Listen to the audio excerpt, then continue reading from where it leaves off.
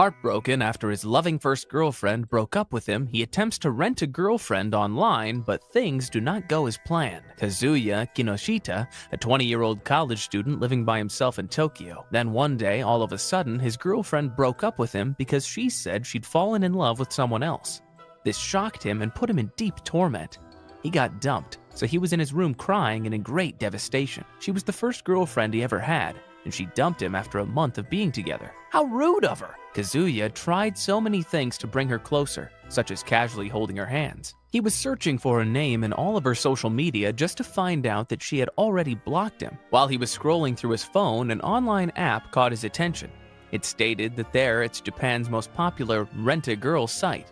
He got interested and viewed the site further. The name Mizuhara Chizuru was shown. The description stated that she's a pure and refined high-class girlfriend. One morning, he was standing at the corner waiting to meet the girlfriend he was renting. He was already thinking about how ugly she would be, but as soon as the girl showed up in front of him, he was mesmerized by her beauty. They went to a cafe to talk and have a little discussion about themselves. He rented her to be his date that day. They first went to visit an aquarium, which turned out to be her first time. It was already evening when they were walking, and he was heading to send her off. Their date ended, and when he got home, he immediately went to look for reviews of Mizuhara Chizuru and found out negative opinions from her former clients. Reading all of their reviews pissed him off because he thought it was genuine when it was all just an act. He couldn't believe he fell for her act. Once again, she rented her out and met her at the cafe to give her the fee. At that moment, he confronted her. They both went to the same venue again, the aquarium. Kazuya burst into anger and tears while they were in that place, so she dragged him out. The thought of girls dating different people they don't even like angers him. He got scolded by her for acting that way when, in fact, he was the one requesting it. The realization hit him so hard. It was interrupted by a sudden call. He got the news of his grandma's collapse. Guys, I think we can all agree that we all love waifus. I'm really excited to tell you that War Thunder, the most comprehensive vehicle combat game ever made, has just added a new feature to combine anime with more than 2,000 tanks, planes, helicopters, and ships that can engage in super immersive PvP battles. The graphics of this game are amazing, and the models of the vehicles are so detailed. But the best part for me is that I can customize all of my vehicles with skins, which now include anime characters and logos from several different franchises. You've got vehicles all the way from 1920 till today available. Anything can happen in the battlefield. So, start playing the game today by joining with my link in the description, and you'll even get a super bonus as a new player, with lots of vehicles, boosters, and a special 3D Dakimakura. It's free to play, and available on PC, Xbox Series X and S, PlayStation 5, and the previous generation of consoles as well. Make sure to check it out. Kazuya heads right away to the hospital, with Mizuhara tagging along. His grandma turned out to be just fine. His grandma noticed the girl with Kazuya and asked who she could be. He was left with no choice but to lie and say that she was his girlfriend, which made everyone's jaw drop in surprise.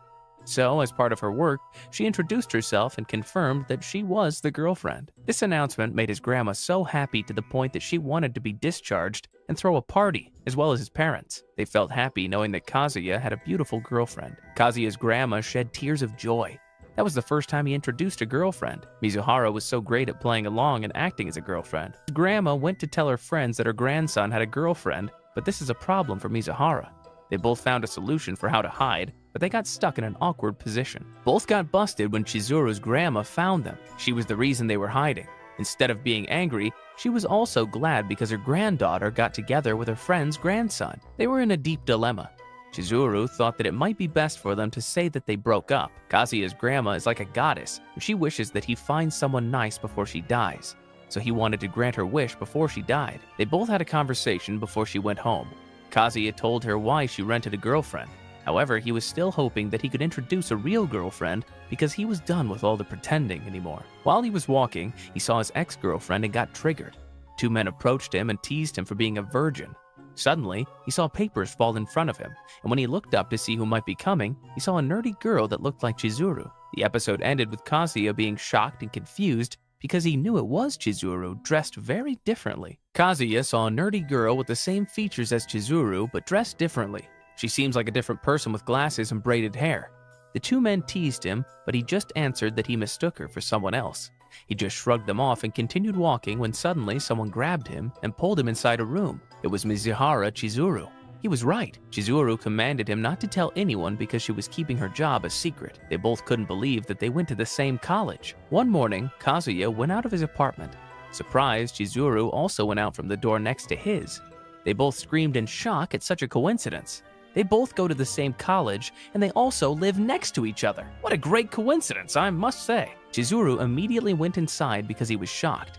She stayed aloof from him because she didn't want to make connections with his clients. Meanwhile, Kazuya's phone rang and his grandma was calling. He remembers what Chizuru suggested, to tell them they broke up. He was about to say it, but his grandma told him that she was coming over to his apartment, and she told him to invite Chizuru.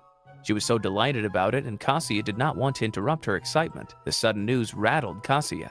His grandmother will be visiting, and he hasn't rented a girlfriend since it should be rented 1 week before, so it's already too late if he rents on that day. He couldn't say that they broke up since it would snap his grandmother. He was left with no choice but to knock on her door and do her a favor. Chizuru found Kazuya in front of her door, with him facing the ground with both of his hands, begging to be his girlfriend on that day since his grandma was coming. Chizuru wanted him to tell his grandma that they broke up already, but he did not want to burst the bubble because she looked so lively talking about Chizuru that he couldn't bring himself to remove that. However, she declined because it's written in Article 3 of the user agreement. She even read what was written in front of him. Chizuru slammed the door, which left Kazuya still reeling outside. He got frustrated and was panicking. The doorbell rang and his grandmother showed up. As soon as she got inside, she noticed how filthy his apartment was. A typical Asian grandma. She was sitting on a chair while scrolling through her phone when suddenly she asked when his girlfriend would arrive. This question stunned Kazuya, who put on some alibis. He pretended that he was on call with her. He hurriedly ran to the apartment next to him, rang the doorbell several times, and pretended to be a delivery guy. He was already desperate and pushed himself through her door just to beg for help. Kazuya kept on begging and mentioned possible ways to convince her, but failed. Instead, she kicked him away. He went inside his apartment and finally decided that he would tell the truth. Before he could even complete his sentence, his grandma interrupted him and concluded that they had already broken up because she could picture it as clear as day. She was on point when she mentioned that he only tried to cover it up because he couldn't bring himself to tell the truth. Clearly, his grandmother was disappointed because there was no girl who stayed long enough with him. This realization hit him hard. A girl like Mizuhara would never date him for real. It was all an illusion. She was just a rental girlfriend. They were in great surprise when Chizuru showed up inside carrying a pot of soup. Kazuya did not expect her to show up and pretend since he did not rent her that day. Grandma ran to hug her and shed tears of joy. Before Grandma headed back to the hospital, she made sure to tell Kazuya to visit her along with Chizuru. As soon as the car was no longer in sight, Kazuya handed her money to pay her for pretending, but she declined. But that's what she thought. The money was supposed to be for the next week. She agreed, but with conditions. The deal was sealed. He would rent her as a girlfriend for an hour every Wednesday. While walking in the school's hallway, her ex-girlfriend, Mami Nanami, bumped into him accidentally. He was still mesmerized by her cuteness and couldn't help but stare at her. He badly wanted to ask why she blocked him. His two friends showed up and interrupted his thoughts about his ex. They gave him advice to get over her since she's way out of his league. Meanwhile, Mami was teased by her two friends about Kazuya. Kazuya, on the other hand, was in a room and thinking sexual stuff. When he got out of the room, Chizuru was waiting because that was the day they had to visit his grandmother at the hospital. Heading to the hospital, she discussed things that are prohibited in her job, or else she would get fired by her agency.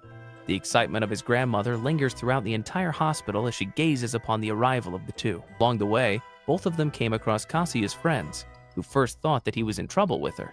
They were in great surprise when he introduced her as his girlfriend. However, they still couldn't believe he was dating a hottie. They kept on asking him awkward questions. The two of them were invited to a drinking session, which Chizuru disagreed to do, but Kazuya still accepted the invitation. When they arrived at the place, Kazuya's jaw dropped when he saw Mame, his girlfriend, in the same place. He was in a very awkward situation, dining with his ex-girlfriend. Good thing Mame lifted the mood.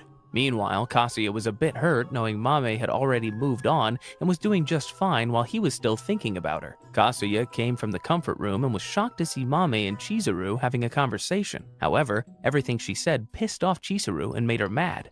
There was a rising tension in the room because of them. The episode didn't end well. Chizuru walked out and Kazuya felt bad because he knew Chizuru spoke up for him because he didn't. But instead of supporting her, he stood up with Mami's words. In this chapter, the scene continued with Mame and Kazuya walking on the way home together. She invited him over to her house. This invitation flattered him. Unfortunately, they weren't able to go there since her brother's friends were coming over. Too bad for him because he badly wanted to go to her room. The thought of her inviting him gave him thoughts, clues, and expectations. A thought came. What if he would be the one to invite her? He shrugged off the thought and ran away, but Mame followed him. He was confused as to why she was acting nice to him when they were used to being together before. He finally had the courage to invite her over to his house. He immediately became defensive. He was upset when he realized that he hurt Chizuru and was hoping for Mame to get back to him, but he got rejected afterward. Nevertheless, Mame comforted him by patting his head, thinking that he was just drunk. Mame was bad-mouthing Chizuru in front of him and giving him ideas and advice. She was shocked when he defended her. There was a sudden confession from him. He said that he still likes her but couldn't stand her bad-mouthing Chizuru. As soon as he realized what he'd just said to her, he immediately got up and ran away.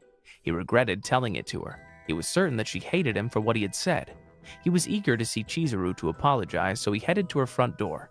He felt bad and at the same time sorry because he kept pushing her to do things she didn't want to, and then embarrassed her to boot. He knew at the time that she probably didn't want to see him, yet he heard footsteps and saw her standing next to him. He apologized, but she said she wasn't mad since she's just a rental girlfriend. She asked him if they got back together and he answered no. He told her everything she was sorry for, including being dragged into that kind of situation and hurting her. With tears falling down his face, Kazuya genuinely apologized to Chizuru. Thankfully, she understood his side and even gave him advice. Chizuru showed care for him and great humanity by giving him words of enlightenment. According to her, some nights you may want to die if you don't have company, and some goodbyes can only be healed by a "see you again." These words from her made him burst into tears. One morning, everyone was riding in a car going to the beach.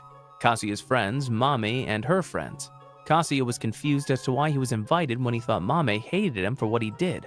But Mame was even the one who wanted him and Chizuru to come along. He was having thoughts about what Chizuru told him the other night, but he just shrugged it off. Finally, they arrived at the hotel to stay. The girls were told to put on their swimsuits so they could go swimming, and this made Kazuya blush. Kazuya wanted to know what she really felt and was eager to get back to her so that he would stop renting a girlfriend. Meanwhile, despite Mame being nice in front of him and acting so kind in front of everybody, little did he know that she kept on posting about him and Chizuru hateful posts. Chizuru also took a vacation with his friends to the beach. What a coincidence if they met. Meanwhile, Kazuya's friends were busy playing while he was scrolling through his phone, searching how to get back with his ex on the internet. Mame showed up in front of him wearing a swimsuit, which made him blush a lot. They had conversations together as they were sitting nearby the beach.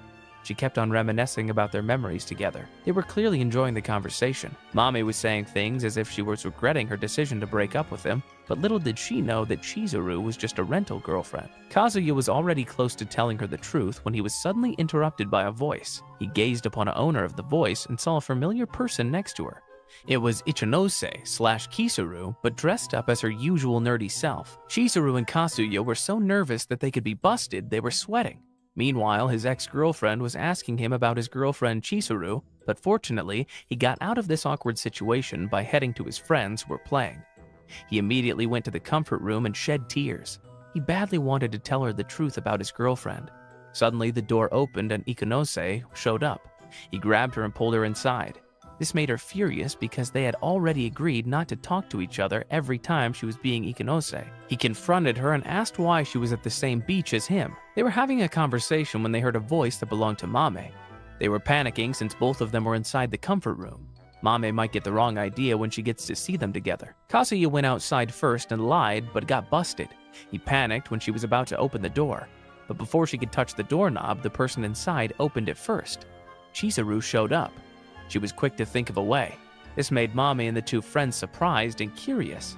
As usual, Mame went on a rant on her private social media. Mame is so plastic, as we can see. They were left with no choice but to continue pretending. Chizuru is a goddess and Kazuya thought that she's completely out of his league. Many guys want her, yet she is stuck pretending to be his girlfriend again. The episode ended with Mame grabbing Kazuya for a kiss behind Chizuru's back. The episode started with a flashback to the time when Mame Nanami and Kazuya first met each other. It was the time when they were introduced to each other. The time when he had asked her to hang out with him. His first ever message to her asked her to go on a date with him. Their first date was at an amusement park, and their first kiss was when he walked her home. Their kiss at the beach made him remember. After the kiss, he was left stunned and speechless. They went back to play cards with their friends. His grandma called him to tell him the news of her getting discharged that week after, since all the tests were finally done. He was happy that she would be discharged, but at the same time, he felt guilty because he had been deceiving his grandma about his having a relationship with Chizuru. He got back to the table, and they were talking about how rich Chizuru is since he lied about it. They were looking forward to visiting her home. Kazuya, on the other hand, was thinking about how to tell them it wasn't a true relationship. Finally, he got the courage to stand up and tell them that they're planning to break up. Chizuru didn't expect him to say that right away. She was visibly moved by that sudden action. All of a sudden, his friend punched him in the face, so he punched him back. The tension was rising at that moment. They kept throwing punches at each other. Everyone wasn't able to stop them. It turned out that his friend had noticed him fawning over Mommy despite having a relationship with Chizuru. He punched him because he thought he was playing with the girl's feelings and acting like a jerk. His friend was so furious and also told Mommy to stop leading on a guy that she just dumped. They told Chizuru to leave since the tension was rising. Kazuya walked out, and Kibei's words struck him hard, honestly. Chizuru assured him that he did nothing wrong since his friends just didn't know the true story. He finally told them that they broke up, and the only problem holding up their fake relationship is his grandma. She will be discharged the week after, so he planned to book her on that day. They had a good conversation before she decided to head home. However, she was still trying to figure out how to get her things because they were inside the store's restroom. Chizuru was found by Kibei, who asked her if they could talk. Meanwhile, Kazuya was walking alone and thinking about stuff and making realizations. He passed by the place and saw Kibei and Chizuru talking. He was shocked by what he saw. Things seemed awkward for the two. Then suddenly, Kibei's words came across his mind, and he concluded that he might ask her out. Kibei was telling her stuff about Kazuya, and Kazuya was eavesdropping behind the bush. Kibei just couldn't believe that he showed up with a cutie like her after being rejected many times before. He was clearly bad-mouthing Kazuya in front of her, and Kazuya heard everything. But Kibei continued talking and reminiscing about the time when they were still in grade school. He witnessed how optimistic Kazuya was. It was just about a flower that Kazuya had bloomed before, but it sounded like he was referring to someone else. Kibei just kept on giving advice and words of wisdom. According to him, when you let reality win and stop dreaming, you die inside. When she stood up for Kazuya at the pub, he thought that he'd finally found someone who noticed his positives. He's a good friend. Clearly, everything he ever wanted is good for Kazuya. He asked her if she could give Kazuya another chance because he's not a bad guy after all. He defended his friend behind his back. He handed her 2 ferry tickets for her and Kazuya to have alone time together without knowing that they broke up for a reason. Kazuya, on the other hand, was crying behind the bush when suddenly a dog saw him and barked, which led him to being ousted by the two. Chizuru gave him the other ticket and told him that she would go since she couldn't say no after the speech Kibei gave. They decided to go on a ferry together for the last time. She pushed him to go and get back with his ex since he was still in love with her. He was more than thankful to Chizuru because she gave him more courage to ask Mame out on the town again and win her back. He went to her and told her everything she needed to hear. Chizuru, on the other hand, seemed very upset and struggling. Mame called him to say she wanted to talk to him and they should meet. She was waiting at the pool all by herself. Little did she know that Kazuya was with Chizuru on a ferry. It was a fast thing. A girl fell off the boat. It was Chizuru. Kazuya was still on his phone, not knowing Chizuru had fallen off the boat. His eyes widened upon hearing the description of the girl who fell down. He unintentionally let go of his phone and ran towards the railings and climbed. The episode ended with Kazuya jumping off to save her. That was the only thing on his mind. Save her. He didn't mind his phone being broken. He forgot that he was about to meet Mame. He just jumped off without a second thought. The episode continued as Kazuya dove into the sea to save Chizuru. He swam faster to the deep part as he saw her at the bottom, seemingly lifeless. Yes, Mizuhara Chizuru was just a rental girlfriend, one he was not allowed to really fall for, but he couldn't just let her drown in the middle of the ocean and die. Fortunately, he was able to grab her hand and pull her to the beach. As soon as she woke up, she found herself laying on the beach sand. She saw Kazuya lying in one corner as well. She realized that he had jumped in to save her. She felt very guilty because she put her client in danger. She tried waking him up, but he wouldn't even move. So she started to panic. She thought he was just playing pretend, but he really didn't even budge.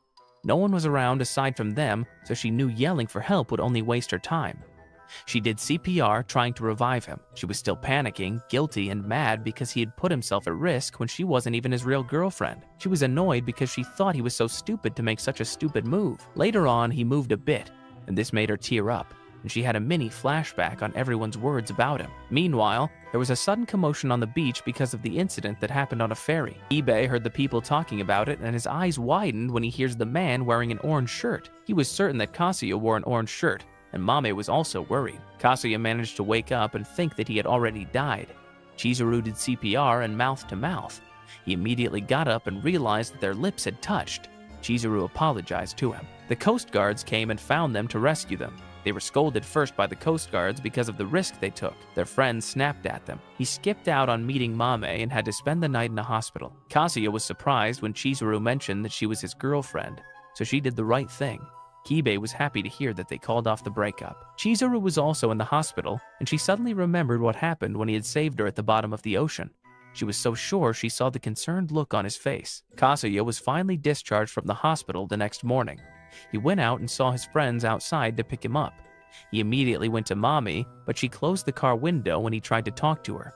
She was definitely upset. After he was dropped off at home, Kibe advised him to stay with Chizuru whatever happens, but he still wanted to push the breakup. Kibe hit his face again because of what he said, but Kibe was so sure since he put his life on the line to save her.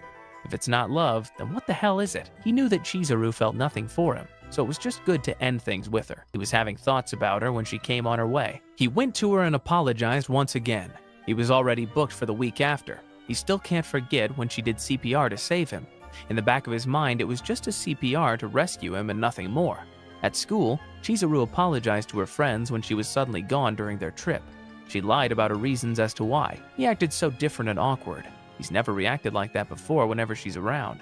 He was fighting with his inner self and being in denial about what he truly felt. One day, Grandma brought him to a hot spring resort.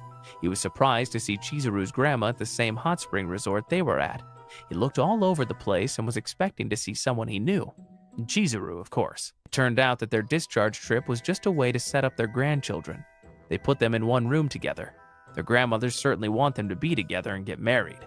What great timing, isn't it? They confronted their grandmother and told her that they're not yet at that stage. The atmosphere seemed so awkward, and he was staring at her beauty. They were left with no choice but to enjoy the moment and continue to pretend. Chizuru was very guilty of lying to their grandmothers. Kazuya and Chizuru were in their room having a meal together, and he couldn't take his eyes off of her. He's obviously in love with her already. There was silence and awkwardness between them. She told him to just sleep beside her, but Kazuya got the wrong idea. She just told her he could sleep beside her because it would make her feel bad if he slept in the hallway. It was already nighttime, but Kazuya wasn't able to fall asleep because he was thinking stuff like she wasn't already making his heart race enough lately. Kazuya was still wide awake, wondering how she felt about him. Then he remembered what Kibe had said to him about what he had observed. Since he couldn't sleep, he decided to get up, staring at her back. The words in his mind led him to admiration. She's 1,000 times more mature than him, stronger, kinder, and more righteous. He wanted to get to know her better. Kazuya, who is talking to Chizuru as if she's awake, can hear him. Through that, he gained the courage to let out what he truly felt because she was asleep. Kazuya felt like he could change and grow when he was with her. He completely told her a confession, knowing that she was asleep. He was surprised when she answered. She was awake the whole time. A few days later, they showed up as a couple again and let everyone think that they got back together and are good at dating again. They had a discussion in the cafe they usually go to when they have a rental transaction. They once again agreed on the terms and conditions of their situation. When she's his girlfriend, it will only be business as usual, and he can be honest with his reviews. Along the way, they bumped into one of his friends, who was also on a date. They were invited to have a double date next Saturday. Kazuya's eyes widened because he knew he would have to rent and pay for it again. He was walking on his way home and was deep in thought. He still can't believe that his friend, Curie, got a girlfriend. It's not like he's a ladies' man. He wondered who would fall for him. He was busy thinking when suddenly a running, short-haired girl accidentally bumped him, which made them both fall hard to the ground. She was obviously in a hurry. Saturday came so fast. It was the day of their double date. They went to Kamoba Saidaime Station to free climb. He still couldn't believe his friend had a girlfriend when he only had a rental one. Curry showed up with a short-haired girl. Kazuya gasped in surprise when he realized that she was the same girl he ran into once. She was introduced as Sarashina Ruka. He's also a hottie like Chizuru. Kazuya caught Chizuru glaring at him. Curry showed them how to free climb, and the girls were amazed. It was Chizuru's turn to try climbing. Kazuya couldn't help but gulp when he stared at her body. When it was Kazuya's turn, it only took him a few seconds before he fell. He was so lame. Meanwhile, Chizuru was enjoying herself while Kazuya fell several times. He was somehow cheered up when he also noticed that Curry's girlfriend fell several times like him. He gestured fighting to her, but she just rolled her eyes, which shocked him. Out of curiosity, Kazuya asked Curry how he had made her say yes to him. He just wondered since they were both not hot compared to their girlfriends and also broke. He asked him how to make a move on a girl who's out of their league. Curry answered confidently that he had to be a man. That just tends to be what attracts a girl to a guy. He realized that being a man was the polar opposite of him. Chizuru sat beside him and asked him why he was acting so down. She gave him words of encouragement without knowing that he was more into her than mommy. She then offered him a drink, which he gladly accepted. She told him that he shouldn't get the wrong idea before he could even think about it. It's just part of the deal as a rental girlfriend. He tried another round of free climbing with the hope of doing it right. Ruka talked to Chizuru, and without hesitation, she asked her if she was a rental girlfriend. This made Chizuru speechless because how did that girl know about such a thing? There was a moment of silence, and she just brought up the question out of nowhere. Good thing Chizuru was a bit quick to deny it. Chizuru went to Kazuya right away and told him what happened. Upon hearing it, he panicked because he was so scared that Curry would know. If Curry knows, the whole college will know. Chizuru told him that they needed to play their cards right to not get busted. She then approached Ruka and cleared everything. Kazuya was just standing, watching how his fake girlfriend played along while he cheered him on. She's got nerves of steel, no doubt. In order to prove her wrong, Ruka requested that they kiss in front of her. In that way, she would believe that she's not a rental girlfriend. Kazuya's jaw dropped when Ruka said it, but she just wanted to confirm if they were really in love. Chizuru walked toward him and grabbed his face. He was stunned by her sudden action and beauty. He was just staring at her beautiful face. She slowly got closer and closer, and their lips almost touching. Then she put her hand between her lips to avoid them touching. She covered their fake kiss with her phone, but Ruka wasn't satisfied since she didn't get a good look at it. She was still pushing the thought of Chizuru being a rental girlfriend. Kazuya was quick to think of a way to get Chizuru out of the awkward situation. Who knows what else she could tell? Their date ended. Kazuya made sure he was walking along with them so that Ruka would have no chance of telling Curry what she thought. Curry was so happy and jolly with his girlfriend without knowing that his friend, Kazuya, was in deep stress. She's Curry's girlfriend, so she could tell him anytime she wants. Chizuru did everything she could, so he needed to shut the girl's mouth for their secret to stay hidden. The episode continued, and Kazuya was still having a problem dealing with Ruka. He knew she wanted them to get busted. Kazuya followed her just to make sure she wouldn't call Curry to tell them. He continued to beg and told her to promise him not to tell a single soul. Ruka ran away, but she lost her balance and fell down the stairs. Fortunately, he saved her from hitting her head to the ground. The next words from Ruka made his eyes widen. He did not expect to hear it from her. She confessed that she's also a rental girlfriend. Kazuya met up with Chizuru and decided to tell her about what Ruka told him. He also met up with Curry after, but he waited for several hours for him when out of a sudden, Ruka showed up. Curry arrived at their meeting place, but there was no hint of Kazuya, so he asked the people around. He went inside the room and looked for Kazuya. Meanwhile, Kazuya was in an awkward situation with Ruka because they were hiding from Curry. He didn't want to let him see them together with Ruka. It might give him the wrong idea. However, they were busted. Curry saw them and was about to burst out, and Kazuya kept denying the wrong idea and apologizing as well. But in great surprise, Ruka apologized and thanked him for renting her the other day. Kazuya was there and he heard everything, but Curry thought that he just knew in that moment. He was so shy to the point that he ran away. Kazuya tried to follow him but failed to see even his shadow. Who wouldn't be that shy when his friend found out that his girlfriend was just a rental? He went to Chizuru's front door and told her everything about what happened. She also felt bad for Curry. Kazuya noticed the strange behavior of Ruka. It seemed like she made up her mind about something. We're still talking until it was interrupted by Ruka's presence. She showed up out of nowhere. She even promised that she won't tell anyone about their fake relationship and Chizuru's job, but on one condition.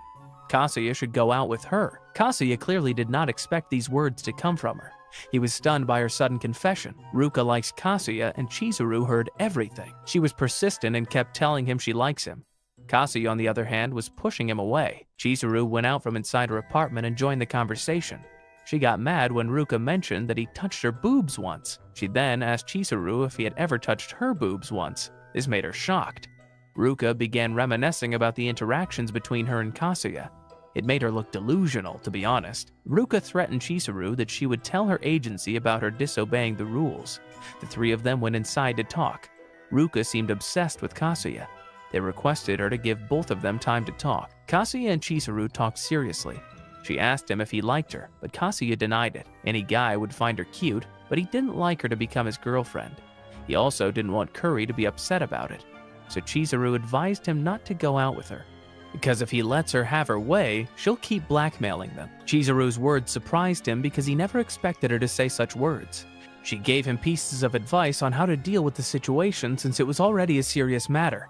They could get busted at any moment when she feels triggered, so they had to do something to prevent her from spilling the beans. He came up with a solution, and that was to tell Kuri about his secret as well.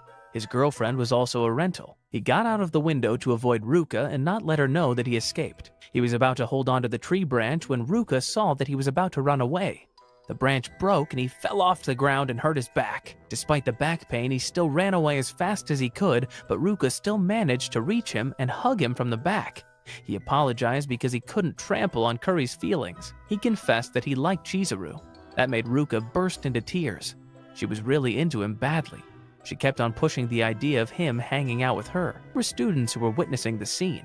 Ruka was still sobbing and begging him to date her even though he would see it as a trial at first. She begged to be his girlfriend. Chizuru grabbed him to the side and advised him to just go out with her. Kazuya was surprised because it was completely opposite of what she just told him earlier that day. She just didn't want other people to find out about her job. The episode ended with Ruka still crying and upset about what she had just heard. Upon hearing Chizuru's advice, he considered the idea. Ruka kept on messaging Kazuya from time to time, but he just replied with just a few words. Ruka offered him a deal, and because of Chizuru's orders, he found himself dating her on a provisional basis. Meanwhile, he stopped seeing Chizuru completely, and the winter began to sit in. It's the holiday season. He was still following Ruka's wants, such as liking her tweets, calling her twice a day, and never leaving her on read, or else the risk of his fake relationship with Chizuru will be exposed. He made a deal with his unwanted relationship. He was still upset about why Chizuru told him to go out with Ruka. Kazuya was thinking of a way to distance himself from Ruka. All of a sudden, Ruka showed up on the campus. Kazuya panicked because what if Ruka would see them together?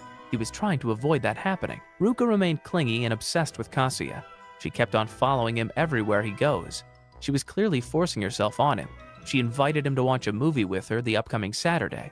He agreed because at least there was an armrest between them. Not far away from their area, Chizuru was just observing them. She was just interrupted by her friends who invited her to have a pajama party, which Chizuru kindly declined since she already had plans over Christmas. Kazuya still had a problem with how to stay away from Ruka. She surely wanted to spend Christmas with him, but he wanted to spend Christmas with Mizuhara Chizuru. He was already fantasizing about the thought of them spending Christmas together, Chizuru wearing a Santa costume. He got up and decided to book her on Christmas Eve, but sadly, someone else booked her first. Chizuru is popular among the others, so she's really out of his league. He wondered why she had put herself in that kind of a job. Probably not money because she wasn't making all that much. Christmas came and he was alone when he went outside. He saw Chizuru running and everyone stared at her, including him who was mesmerized by her beauty. He was hiding and then saw Chizuru meeting up with a guy. He couldn't dare to look at her meeting another guy. He had several thoughts regarding the matter. He couldn't look, but still found the courage to do so. He thought that maybe she already had a boyfriend. It took a few seconds for those dark thoughts to completely consume his mind. His possessive side emerged. He didn't want her to have a boyfriend. He followed them both and hid behind everything that he saw. He followed them to the movie place, and after that, they went to buy each other a gift. Kazuya was visibly jealous because he had never seen her with such a happy smile. Seeing her like that ached his heart. He followed them the whole day like a creep, so he decided to just stay at the boys' restroom to calm himself. A familiar feature went inside, and it was the guy who was with Chizuru. He was on the phone with someone, and they were talking about Chizuru.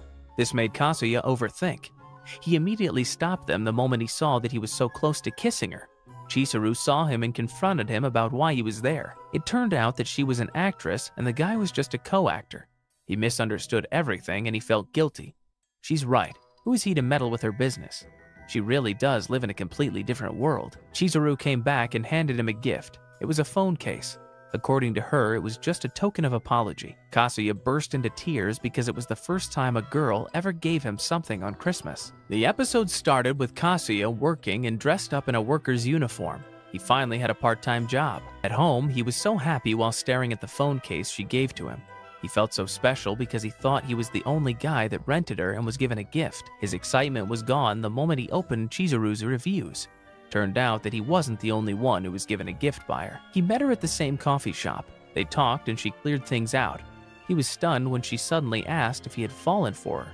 He denied it, which was a complete lie. They almost arrived home when Ruka showed up out of nowhere. She even insisted that she and Kazuya should have a date on that day. That was against his liking. He was suddenly blindfolded by her and brought into a hotel room. He immediately panicked because she was tempting. Ruka seriously forced herself on him even though he showed a complete dislike towards her. She was seducing him, and he was so close to falling with it. He ran to the restroom and thought about Chizuru's face so he would be able to control and avoid Ruka's tempting offer. The new year arrived, and he booked her to have lunch and visit a shrine. She was also supposed to meet Kazuya's family. They met up in a place, and Kazuya's grandma was still so excited to meet her. It was a good catching up time when suddenly Ruka showed up. She keeps on showing up uninvited. They were wondering how Ruka found out about where they were going. Kazuya realized that she might have seen the message when they were at the hotel. Ruka was trying to win over his grandma, but she still couldn't replace Chizuru in her heart. They were about to get inside the restaurant when Ruka told everyone that she was Kazuya's girlfriend. Kazuya and Chizuru looked for a way to divert it, but Ruka kept on insisting. It made his grandma furious because she thought he was cheating on her favorite Chizuru. Chizuru and Ruka went to the comfort room and threw words. Ruka was mad and annoyed that they couldn't dare to cut ties with each other. She couldn't accept the fact that Chizuru was the one being introduced and not her. There was ongoing tension after they threw word after word. Ruka wanted them both to cut ties and end their rental business with each other, but it was too complicated according to Chizuru. Ruka was begging Kazuya to end things with Chizuru.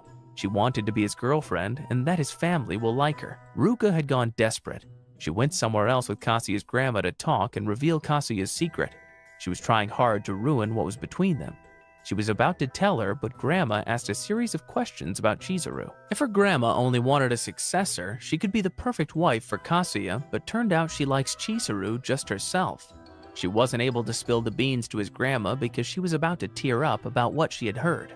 His grandma adores Chizuru so much, and she knew she can't replace that. Ruka admitted that she hates Chizuru for meddling with their family's affairs and the rental business. Even though she badly wanted to tell the truth, she couldn't do it also. She knew it wouldn't be the right time to tell her. She gave her conditions like no kissing and clinging to Chizuru. The episode ended with Ruka being so persistent, and she said she wouldn't give up on winning over his grandmother. This is going to be a battle of endurance. She told him to be ready. Ruka applied and was working at the same place as Kazuya. Her obsession even brought her to his job. Kazuya works at a hotel. One time, his friends went to his workplace and paid for services. They were talking about Curry and how he got broken up with by his rental girlfriend. He even tweeted several times on his private Twitter. So as a good friend of Curry, Kazuya asked a favor of Ruka to apologize and talk to Curry because, after all, he paid her. He still feels bad about Curry because Ruka has become obsessed with him now. He knew Curry loved her, and that's why he kept posting on his private account. Kazuya was thinking about inviting Curry over the weekend to have drinks, but he thought it would be just as awkward as he thought. It would probably just annoy him if a guy with a girlfriend tried to cheer him up. Curry was already at the meeting place, but he still couldn't face Kazuya at that time. He was still embarrassed about what Kazuya found out. Little did he know that he did the same thing too, renting a girlfriend. He had already waited long enough, so he messaged him that he would go home when a familiar voice called him. It was Chizuru. She told him she had already planned their date. She couldn't believe her eyes. It was his friend's girlfriend. He wasn't sure if he had heard the word right. Rental girlfriend? He immediately went up to search for her name on the app, and he saw it flash on his phone screen. That made him confirm the idea. Their first date was at the amusement park. Curry stayed speechless and still couldn't process the idea. He thought that maybe they were just playing around. Curry decided to bounce and just go home. He couldn't stand having a date with his friend's girlfriend. Aside from that, he still couldn't believe that she was a rental girlfriend. But he also felt guilty at the same time when Chizuru told him that if he went home, she would just go alone. He wanted to be a man and not let a girl go to the amusement park alone. They went to the carousel first and then to the horror house after. All the time, Curry stayed silent. His thoughts were the loud ones. Their last ride was on the skyship. Curry finally built up the courage to open up about the topic of rental girlfriends. They were talking seriously, and it's a good thing the awkward atmosphere is slowly drifting away. Chizuru delivered a speech about rental girlfriends being somewhat like band-aids to stop the bleeding of their clients. No matter the reason for the renting, they were just told to make their clients happy by hanging out with them. He thought that life must be rosy with a girlfriend like Chizuru because of the way she thinks. The sun was already out. They exchanged gratitude because they enjoyed the day. Curry was about to get his wallet and pay her, but Chizuru told him that she was already paid. They saw Kazuya around the corner. Chizuru gave the two guys space to talk. Kazuya revealed everything, and Curry just laughed about it. He even thought Curry was mad, but he just ended up laughing so hard. Their date wasn't finished yet. They continued talking, and Curry popped the question, have they ever fallen for their clients? He got her thinking. Suddenly, there was a flashback of what happened and why she ended up dating Curry that day. Her answer shocked him. One night, Chizuru asked Kazuya to meet her on the balcony, and he was really prepared that night. The episode ended with them talking about Mommy. He knew he had completely deleted his feelings for her because he now likes Chizuru. A new character was introduced. Her name was Sakurasawa Sumi, a college first year. She's also a renter's girlfriend. She narrated her everyday routine. She goes to college and gets bookings about twice a week. There's only one person she looks up to. She's Mizuhara Chizuru, who is currently ranked number 1. She gave her several tips regarding their job. Chizuru asked Kazuya a favor to date Sumi and help her achieve the confidence she needs. They met at the station, and as expected, she was so shy and silent. He tried so hard to lift the mood, but only failed because she didn't even say a single word. They both went bowling, but it turned out to be her first time. Kazuya offered to get some drinks and asked her what she would like, but received no answer. Chizuru was so patient that she did not give up teaching her. When he was about to get back to their place, he saw 3 guys surrounding Sumi and harassing her. She was obviously not comfortable. It's a good thing he pulled her out of that situation. While they were walking, Mommy saw them together. There was jealousy evident on her face. Meanwhile, Sumi improved because she was able to hold his client's hand. Kazuya helped her try new things. He even bumped his nose and it bled. He went to the comfort room to wash it off, but then when he came back, she was surprised to see Mame sitting across Sumi. He was acting so nice and jolly. She even bragged that she and Kazuya go to the same college. He was having a hard time introducing her because he might be in trouble. Of course, he did not want to introduce her as his rental girlfriend, and at the same time, he didn't want to say she was his girlfriend because Mommy might think he was cheating on Chizuru. She asked if Chizuru knew about it. How could he cheat with such a cutie like Chizuru? The day has ended, as has their date. Their day was somewhat stressful but fun. At least she was able to speak a few words and hold his hands. She just needed more steps to keep going. Meanwhile, Mommy was in her room, hurting about what she had seen. Out of curiosity, she looked up Sumi's name. Her eyes widened in surprise upon seeing Sumi's name on the Rent-A-Girlfriend app.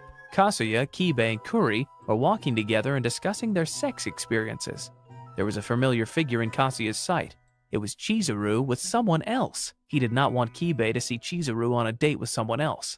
They might get busted. He thought of a way to turn in the other direction. One night, Kazuya was wondering why there was a wooden chip thrown in his balcony door. It was Chizuru trying to communicate with him. She thanked him for helping Sumi.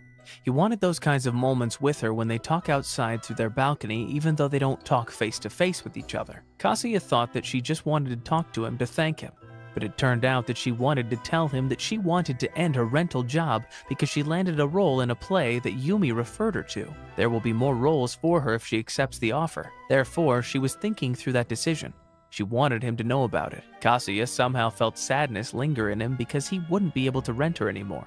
And that would be the only time he could spend time with her, even though it would cost him money. She assured him that she would be his girlfriend until that time came. She's been working as a rental girlfriend to help fulfill her dream, to be an actress. One morning, Chizuru was waiting for a date when she received a message from Kazuya's grandmother.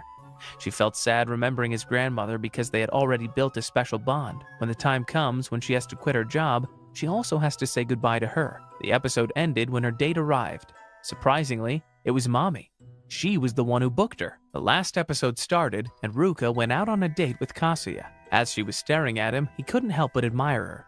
She's already the ideal type of girlfriend. But how come he can't give her the love she deserves? He grabbed her and was about to say something when he saw Mommy and Chizuru together.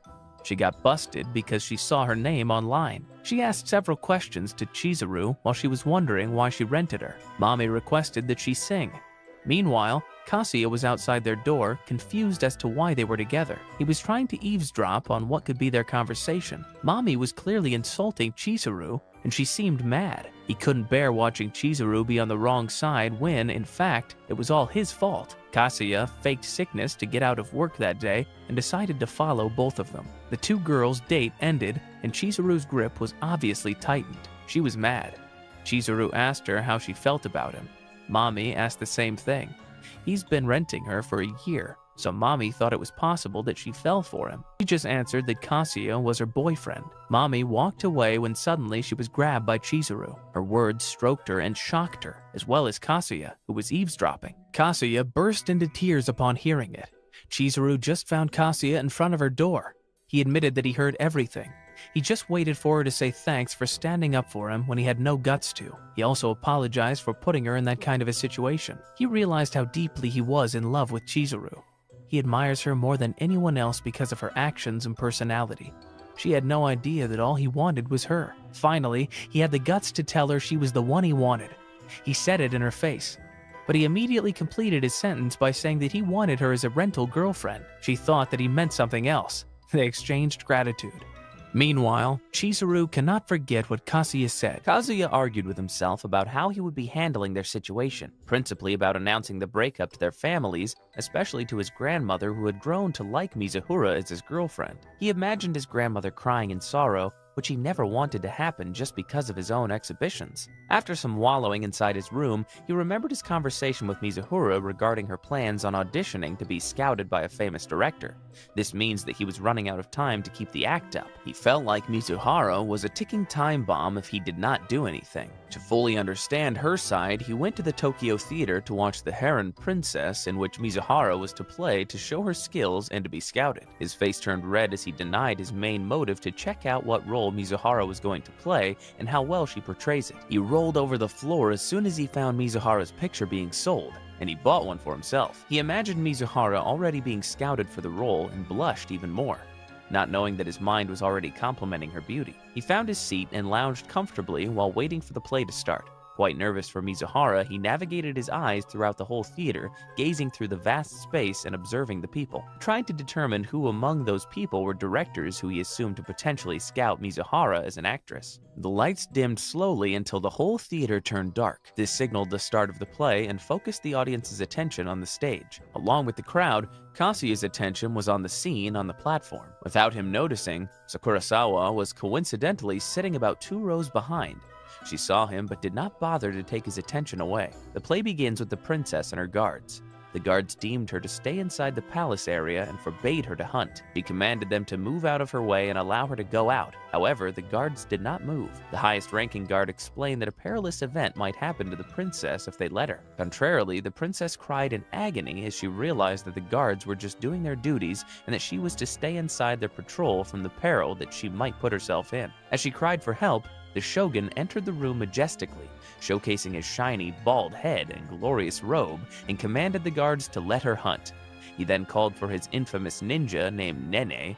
Nene popped out of nowhere and shone brightly. The one who was playing Nene's role was Mizuhara. From the audience, Kazuya almost turned into a tomato from being red all over.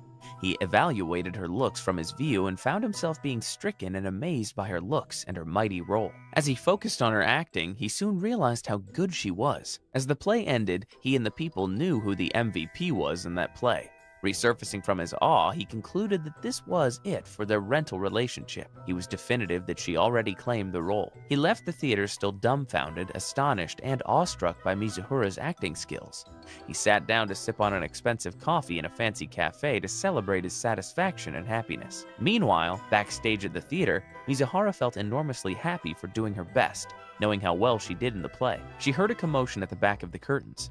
Curious, she went over to the area and witnessed the done deal between the famous director she was looking forward to meeting and Shiori, who played the princess role earlier, shaking hands. She felt the frustration on top of her head and walked home in despair when suddenly, someone bumped into her in the middle of the city. Kazuya picked up his Heron Princess pamphlet and was about to apologize when he saw Mizuhara. They screamed at each other at the top of their lungs and caught attention, so they stopped. They casually spoke with each other, and without realizing it, they arrived on the topic of their rental situation. Kasuya learned about Mizuhara's misfortune in not landing the role and felt anger surging through his system. He screamed out his passion for Mizuhara's talent and proclaimed to her that he would continue to rent her every single week, no matter how much it would cost him, just to let her attain her dream of acting. Mizuhara felt his passion in the brim of her heart. She now realized that someone out there knew that she has the talent and that she can achieve her dreams. The temperature was rising as spring break approached. It was the time for students to seek jobs, and Kasuya and his friends were conversing about it. On the second floor of their school's library, they conversed about where they would be working during the season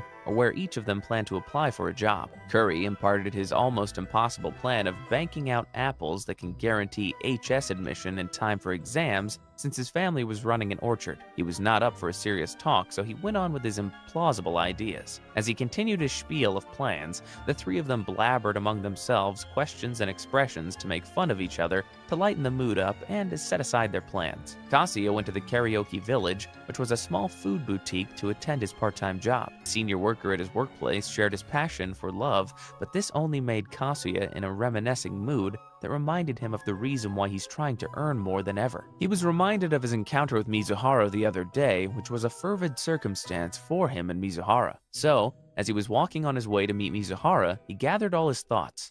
His mouth was crippled by the ideas that led him to a conclusion. He gathered his strength in his fists as he fervently confessed in his mind that he loves Mizuhara. Outside the designated cafe they planned to meet, Mizuhara stood tall and shined even brighter that day in Kasuya's eyes. With enough proximity, Mizuhara greeted Kasuya, but he seemed to be awestruck and was not able to greet her back. Mizuhara ordered the same as Kasuya's choice of food, but she seemed to be bothered by his absent-minded responses. He went back to reality and set aside his fantasies. At this point, Mizuhara relayed her thoughts about him renting her every week. She perceived that meeting up with him may be a conflict with his ex-girlfriend, Nanami Mami, who disliked seeing Mizuhara and Kasuya together. She also pointed out Kasuya's hookup with Ruka, who was already assuming that he was starting to like her not as a rental girlfriend, but as a woman, because he had shown Ruka motives during the time when he learned about Mizuhara's plan to quit her rent-a-girlfriend job. Kasuya clearly agreed to this, but at the back of his mind, he also felt sad about their situation. Their coffee time ended as they walked hand in hand away from the cafe. At this time, Mizuhara asked Kasuya where he wanted to go, as it was her job to follow his plans as his rental girlfriend for the week. Kasuya requested Mizuhara to act like her normal self, so that he could not feel as if they are incredibly distant from each other. At first, Mizuhara appraised her reason for acting as his ideal person as to her job. However, Kasuya confessed almost shyly that his ideal type is her normal self. Undoubtedly blushing from his confession, she agreed and acted like her normal self. And in the blink of an eye, their rental time has ended for the day. So Mizuhara unclasped her hands from Kasuya's hand and bid him farewell. As both went their separate ways, Mizuhara checked her time, 5:01 p.m. She turned around to tell Kasuya that she was already off from her work and asked him if he had nothing to do. And so they head over to the baseball alley. Kasuya turned red all over as he fantasized about Mizuhara, who was playing incredibly well with her polka-dotted skirt and white cap. Throughout the whole time with Mizuhara, Kasuya never lost his blush until nighttime came, and they were about to head home separately. Expecting to head home already, Mizuhara requested him to come with her to another place that she wanted to go to, and with this thought in mind, he assumed that she wanted a dinner date with him, but was only left lost in his mind when they arrived at the hospital. He asked her why they were there, and she willingly shared about her grandmother. She said that her grandma has been looking for Kasuya and has been wanting to talk to him ever since she got admitted to the hospital again. Thus, Kasuya felt overwhelmed by her grandmother's longing. But as soon as they arrived inside her grandmother's room, Kasuya felt the familiarity when Mizuhara's grandmother welcomed him warmly. Mizuhara went out of the room to water the flowers for her grandmother and left them both alone in the room. Following this, Kasuya's heart pounded aggressively. The grandmother began to talk about how needy Mizuhara was when he spoke to her about Mizuhara being all strong and confident. He learned more about Mizuhara when they arrived at a new topic. Mizuhara's grandmother begged him to be the person Mizuhara can lean on at times when she would feel weak and unsafe. Instead of agreeing with the grandmother, Kasuya confessed his love for Mizuhara. Hence, this put her grandmother into a short silence before showing him that she was satisfied with his answer. Consequently, Mizuhara went into the room only soon after Kasuya's heartfelt talk with her grandmother. and before they knew it, they were already heading out of the hospital when Mizuhara asked about what they were talking about earlier. Although she was not able to receive a definitive answer, she shrugged it off and went home. As soon as Kasuya enters his house, he ponders on his talk with Mizuhara's grandma and assesses himself if he's a good enough person to be someone Mizuhara can lean onto. Kasuya, who was lying on his bed ready to sleep, ended his day by rating Mizuhara with 5 stars along with a good compliment about her skills. After which, a ring on his door was heard. At first, he was unsure of who it might be, as it was already late in the evening. Even the mailman, Kasuya could not believe, would come to his door late at night to send him any mail. So, he went to the door still wondering who it would be until he found out who it was. He opened the door and saw Mizuhara standing in front of him in silence. He blinked twice as he could not believe why Mizuhara was at his doorstep late at night. He thought of every single reason, and in between every idea he could think of, he blushed at the thought. He waited for her to speak and explain herself while blushing about what the fantastic reason might be. She looked at him with all her strength and told him that she was locked out of her room and lost her keys. All of his reasons went down the drain as he responded with concern to her inconvenient situation. And then, silence came as if both of them were waiting for someone to make the next move. Mizuhara did not hesitate and asked her way into his apartment. They were definitely neighbors, which means she might find ways on how she can enter her room without her keys. So she went over his balcony while in all his glory he imagined what they could do in his apartment. She explained to him her motive for going over his balcony as she tried to climb up to her balcony next door. She was going to check if her room's window was unlocked, but the moment her hand slipped, Kasi had placed his hands on her buttocks. With the surging embarrassment in her veins, she screams at him for touching that area. However, Kasuya was also overwhelmed by his own actions, as it was adrenaline that rushed into him to do it when Mizuhara was about to fall off the balcony. With all the struggle between the two, they both fell on the balcony floor. Kasuya on top of Mizuhara. The tension intensified between the two of them when the doorbell rang the second time that night. Both of them instantly moved away from each other and wondered who it might be. Mizuhara gave Kasuya a suspicious eye, which made him even more nervous to open the door. As he took a glimpse through the peephole, his soul left his body when he found out that it was Nanami. He informed Mizuhara about it, which placed Mizuhara in a tight and nervous state. Keeping quiet, they bickered as hard as they could about it until they heard Nanami calling Kasuya. They immediately hid in the kitchen, which was only a little bit from the door. Nanami, on the other hand, curious about Kasuya, tried to twist the doorknob expecting it to be locked, but it was actually very open. She opened the door while the two who were inside the room prayed for their lives not to be seen together by Nanami. Nanami pondered whether to enter the room. Kasuya feared she might enter the room, so he closed his eyes.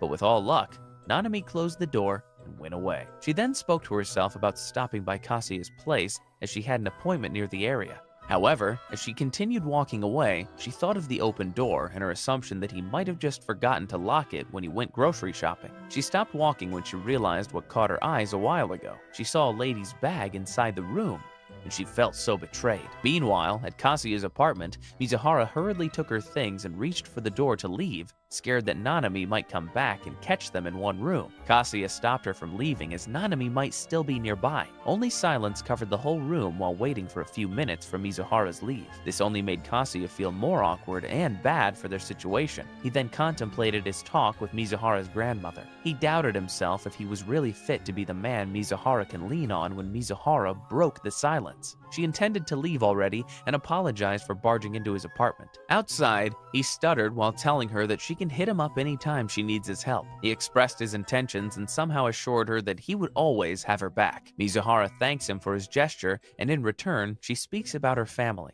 This time, Kasuya learned that she no longer has parents.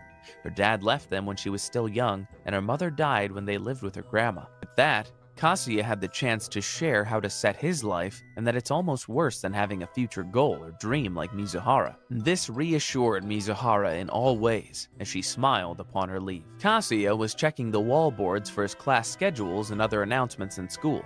Nanami suddenly popped up behind him to greet him with a big smile on her face that highlighted her innocent look. He instantly hid his notebook, startled by her sudden presence behind him. At the back of his mind, he assumed that she might have known something about last night when she visited his place and was welcomed only by his open apartment. He then stood properly to reciprocate the greeting and unhid his notebook, which only had something to do with his panic and nothing else. Consequently, Nanami asked him to talk to her in private, alone, and just the two of them. so they went inside an empty classroom and sat down. Nanami was all innocent and calm as she opened up to him about her visit to his apartment last night. This placed Kazuya in a nervous state, sweaty and stuttering with every reason he gave. After it all, he thought his doom had come for him if Nanami snapped, but she only spoke and asked him calmly if he had fallen in love with Mizuhara. He denied his feelings for Mizuhara, and this reassured Nanami. Their talk ended swiftly, but as soon as Nanami left the room, all her anger issues about him lying to her and girls all the time about his rental relationships showed. Darkness filled her eyes as she left the hallway for good. Meanwhile, at the karaoke village where Kazuya did his side job,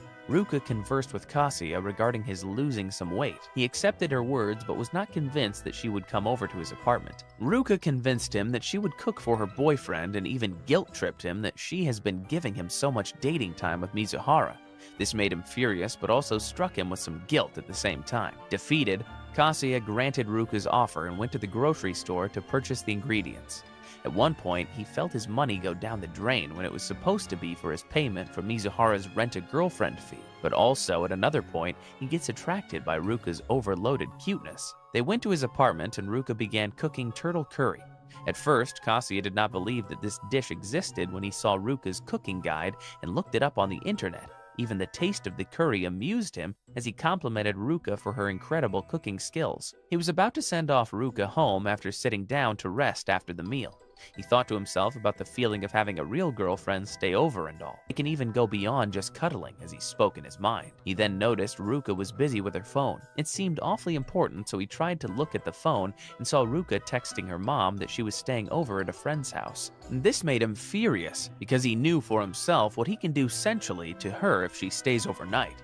He cannot stand her cuteness in all his glory, so he argued and refused to give her a chance to stay. He pushed her out of the door, but as soon as they got out of the apartment, the rain poured heavily. He immediately checked the weather forecast, and it said the rain wouldn't stop until tomorrow, and that there were no trains and transportation available, as it was a thunderstorm. He felt a mixture of emotions, one from his lusty personality, and the other from his fear. He faced Ruka, who was wet due to the storm. He had no choice but to let her stay until the rain stopped. Ruka took a bath while he wallowed in conflict with himself. He then saw Ruka wearing only his shirt. He blushed at the sight of her half-naked body and refused to let his manly side succumb to his desires. Ruka has already planned everything that day while she continues to convince him to let her stay the night.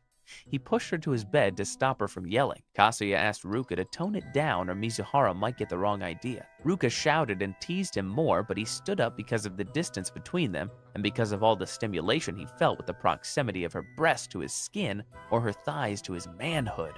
Instead, he took a bath and got out of the bathroom with a very shiny face. Ruka opened her bag for something she would like him to see. While she ran her hand through her stuff, 2 packets of condoms fell out on the table. All the hair over Kazuya's body stood as he saw the packets. Just the sight of it stimulated him more. Ruka quickly covered the packets with her hand and blushed in embarrassment.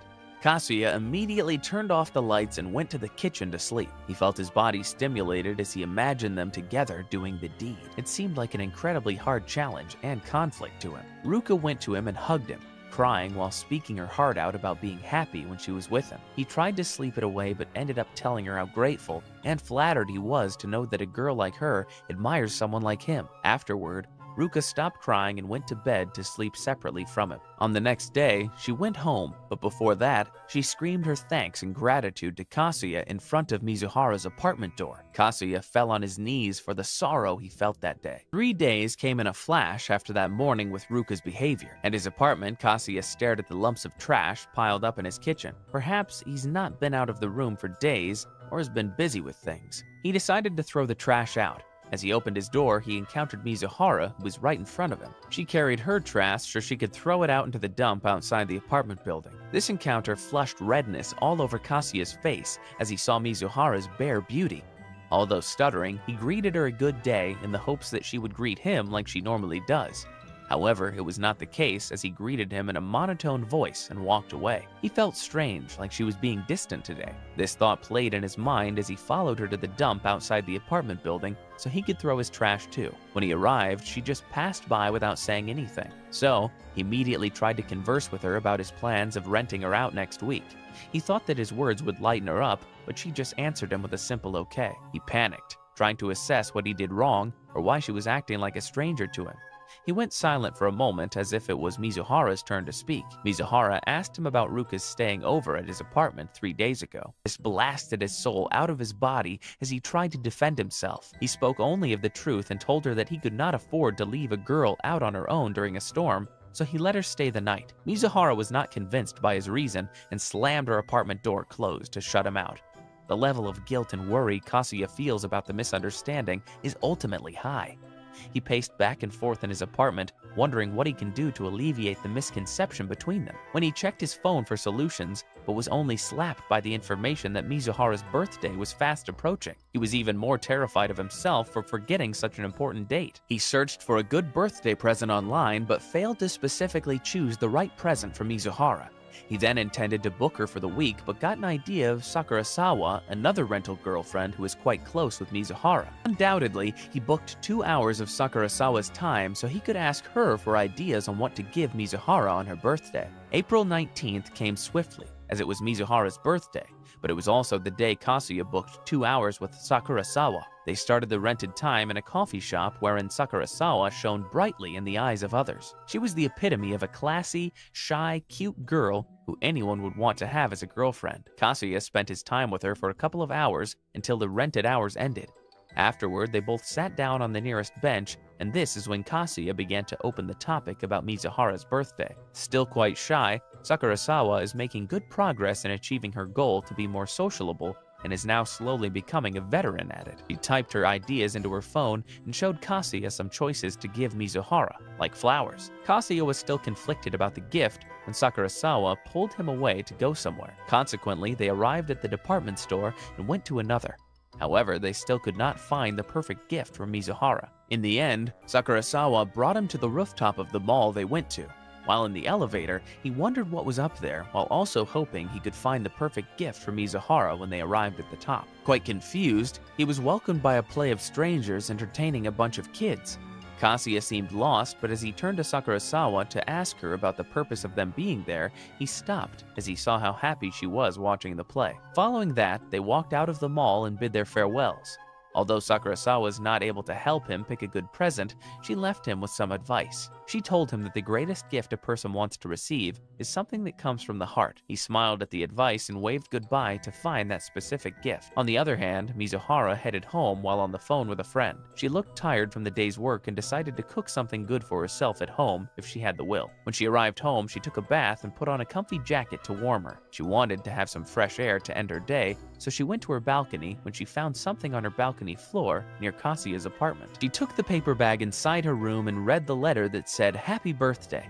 Included inside is a letter that inculcated Kazuya's heartfelt concerns with a side note to clear out Ruka's issue. "Idiot," she described Kazuya while reading the letter as she blushed and chuckled. Afterward, she learned that the present was a box of pickled plums. She ate one to fill up her energy from all the stress she obtained from work and stretched to end her day. Kazuya, who is still in his house clothes, woke up early in the morning to check if Mizuhara had already seen and took his birthday gift for her.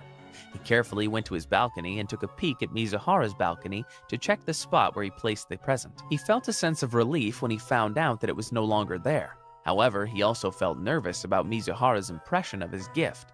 And as if on cue, Mizuhara suddenly opened her balcony door and went out to hang her washed clothes. Kazuya heard her presence and reacted like he was busted for sneaking a peek at her in a perverted manner.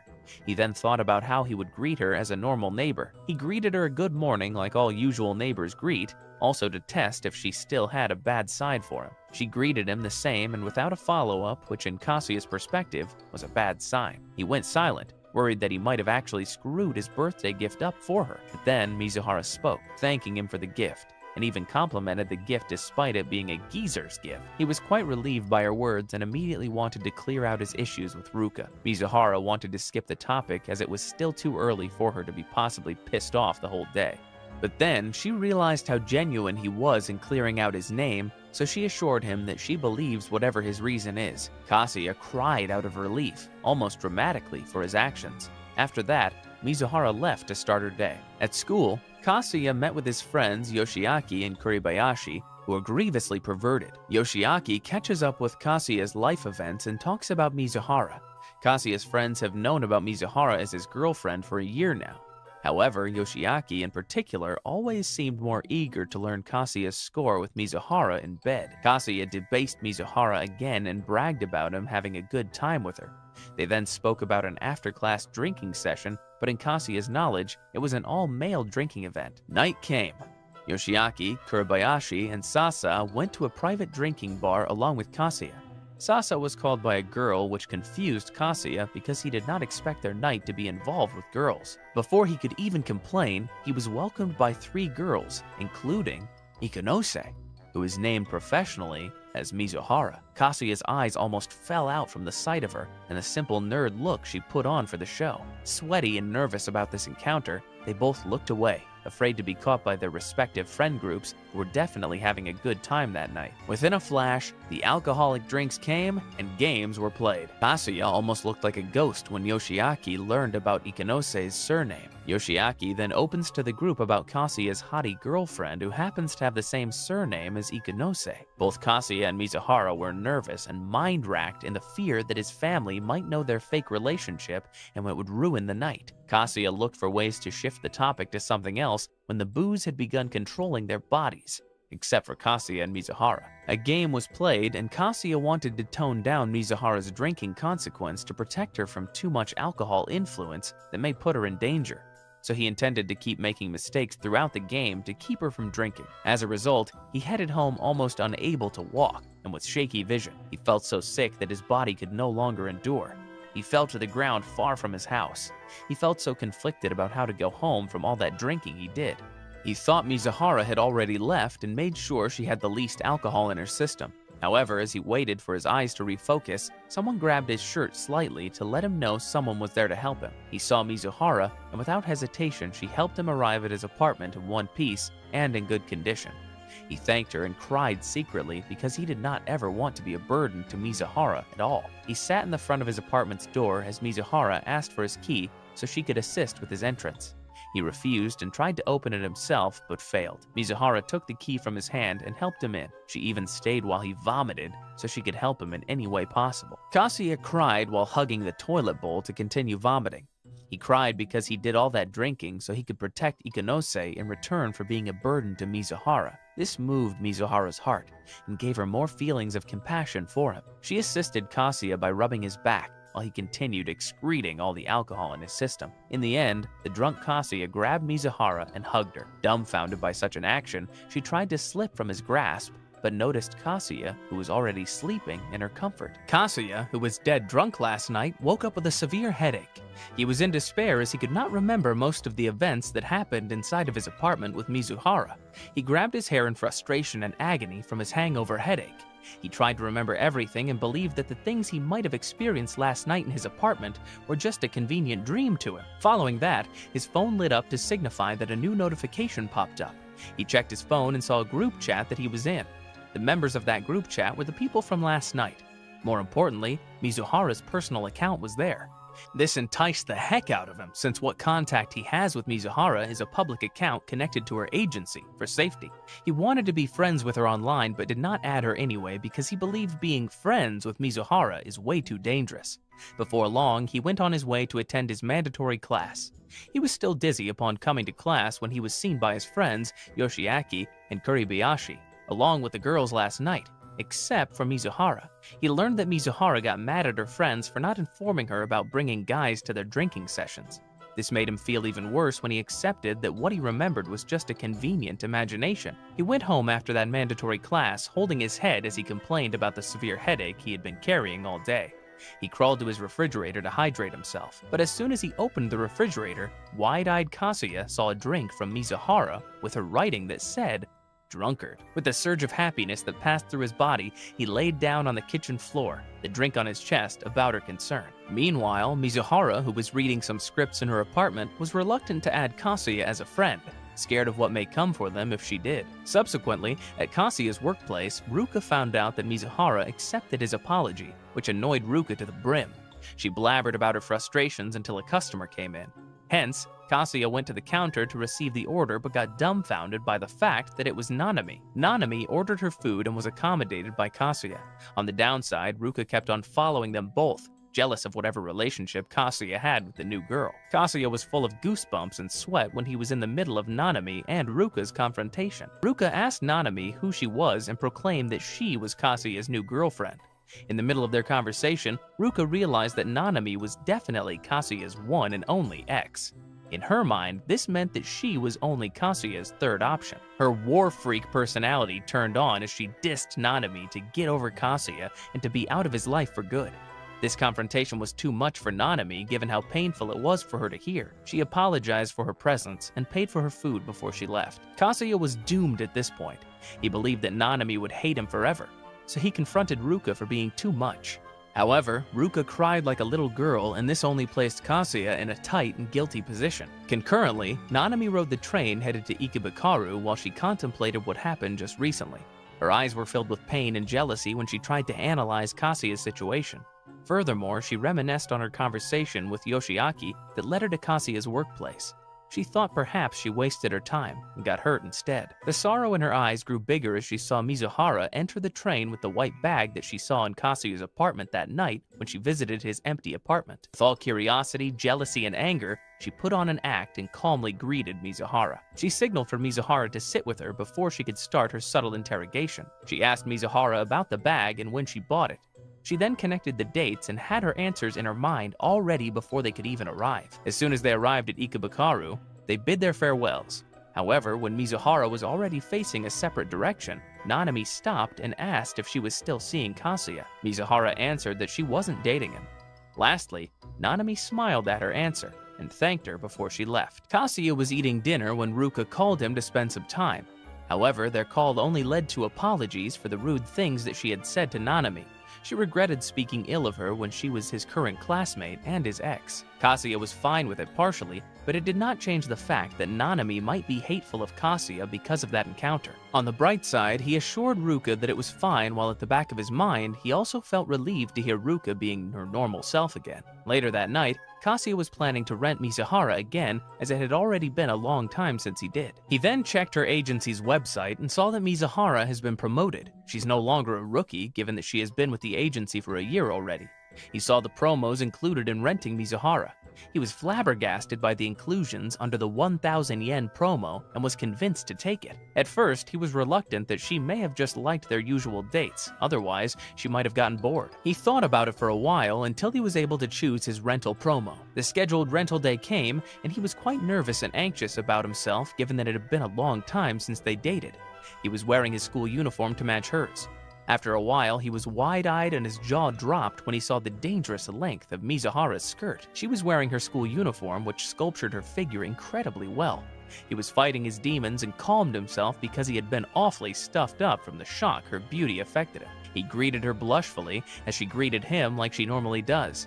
Subsequently, they rode the escalator that led them to the Tokyo Dome where she waited for Kazuya's date to commence. While walking, Kazuya schemed his first date plan, which started with him asking her to hold hands while walking. Stiff as he can be from the tension and nervousness he felt, he was pulling Mizuhara too much, which almost did not go well if Mizuhara did not tell him to calm down. Within the crowd, they both shined brightly, like Kazuya was the luckiest man in the world to have a girlfriend as hot and as cute as her. He felt so fulfilled when he saw them being jealous of him. The second scheme he planned was to share a snack with his love, Mizuhara. That was initially his plan, which is why he bought only one snack. However, he did not have the guts to ask for a bite, so his plan almost failed. Fortunately, Mizuhara asked him if he wanted some. In the end, his second plan succeeded again. The third plan was not really a concrete one that he had made in advance, as a slight inconvenience came their way. Sakurasawa was present in the area, which was a conflict for them knowing how shy she can be.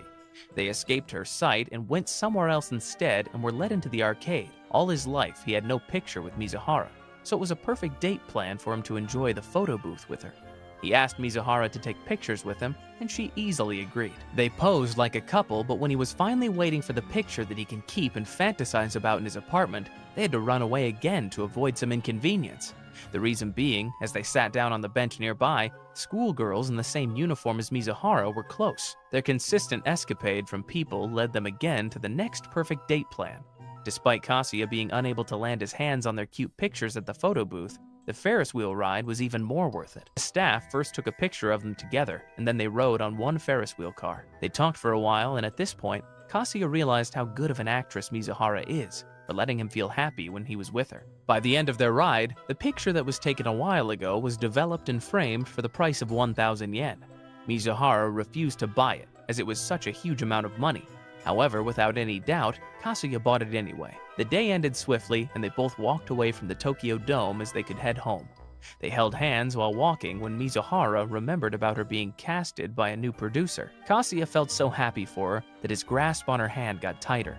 He was so proud of her because even from the beginning, he saw Mizuhara's talent, and he knows she can do more. He promised her that he would buy the ticket for her play, and in his mind he asked himself if someday, when she already was at the top of her game, how can he still be of use to her? Early in the morning of the last day of April, Kazuya's grandmother called him to ask if they would be preparing sushi or pizza for his birthday tomorrow. He seemed annoyed by the yearly hype on his birthday, but still answered his grandmother politely. He's chosen sushi this time. As their conversation went on, his grandmother asked about Mizuhara's birthday, and when Kazuya told her that it had already passed, a bazooka came from their house and into his apartment, bombing his whole being. He was left lying on the floor as he explained and apologized for not telling her beforehand. Without his opinion, his grandmother informed him that they would be having a double birthday celebration tomorrow, including Mizuhara's. Hence, his grandmother forced him to bring Mizuhara tomorrow or she might cry in agony. The call ended instantly as Kazuya slammed his head on his bed because of his frustrations. He did not know what to do and how to approach Mizuhara, but because it was his grandmother's request, and since he wanted Mizuhara to be there too, he bravely went to his balcony. From there, he threw a pellet on Mizuhara's balcony door to let her know he was there. Mizuhara noticed it instantly and checked what was happening outside. Out on her balcony, she saw a red-faced and shaky Kazuya who seemed to have something to say. As if on cue, Kazuya asked her if she could come to his house tomorrow at 5 o'clock in the afternoon as per his grandmother's request. He also explained how his grandmother got mad at him for not telling her about Mizuhara's birthday. Unfortunately, Mizuhara refused the invitation, and this instantly changed Kazuya's expression from a blushy, smiley expression to a slightly disappointed one. She greeted him with an advanced happy birthday before Kazuya could leave his balcony. However, she added that she can go beyond 6 p.m. since she'll be attending to her grandmother at around 5 o'clock. A gleam of hope and happiness shined upon Kazuya's face with what he heard and went inside with great success. In the meantime, he spent the night humming and singing out of the happiness and excitement he felt for tomorrow's event. What he did not realize was the time. Suddenly, someone called. It was Ruka. She greeted him with a happy birthday as it was already midnight. He was flabbergasted by the fact, while Ruka, on the other hand, seemed tremendously excited about their date on Sunday. She told him that she was fine with him spending time with his family unless Mizuhara comes. This made him react at the speed of light. Technically, this led Ruka to suspect Mizuhara's presence tomorrow. So, the next day, Ruka went on her way to Kazuya to go with him to his parents' house.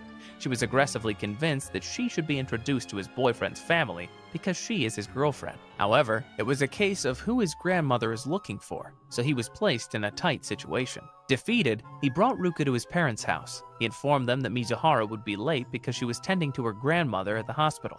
His grandmother called Mizuhara an angel and Ruka her angel's friend. While waiting for Mizuhara's arrival, the celebration started, and Ruka did not let her opportunity to get their approval go down the drain. She complimented and spoke of her genuineness to Kazuya's grandmother. Apparently, it somehow worked, but as soon as Mizuhara came, the points she built up went down the drain quickly. Ruka tried to tackle herself into believing that she is one step ahead of Mizuhara, but all her confidence shrunk when Mizuhara asked Kazuya's family to let her pay respect at the family altar before she could take her seat and celebrate with them. Kazuya's family cried at the sight of the epitome of a perfect daughter-in-law. They all celebrated and had so much fun in the presence of Mizuhara. Even Ruka tried to follow her manners but only got more jealous of her in the end. After a long while, Mizuhara was talking with Kazuya's grandmother when he asked them to excuse him as he would like to go on a bladder break. On his way to the bathroom, he encountered Ruka.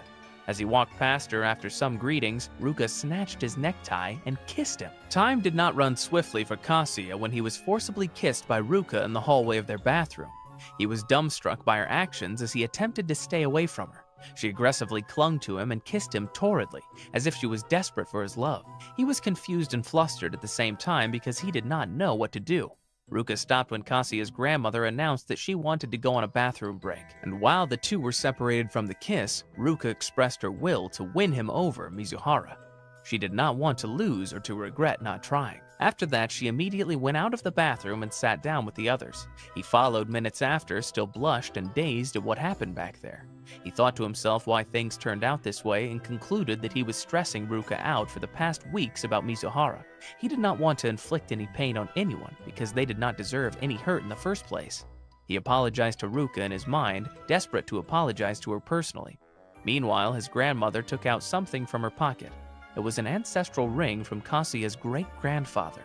Mizuhara was overwhelmed by such a gift and refused to have it because she believed she was just Kasuya's rental girlfriend. On the other hand, Ruka grabbed Kasuya's clothes behind.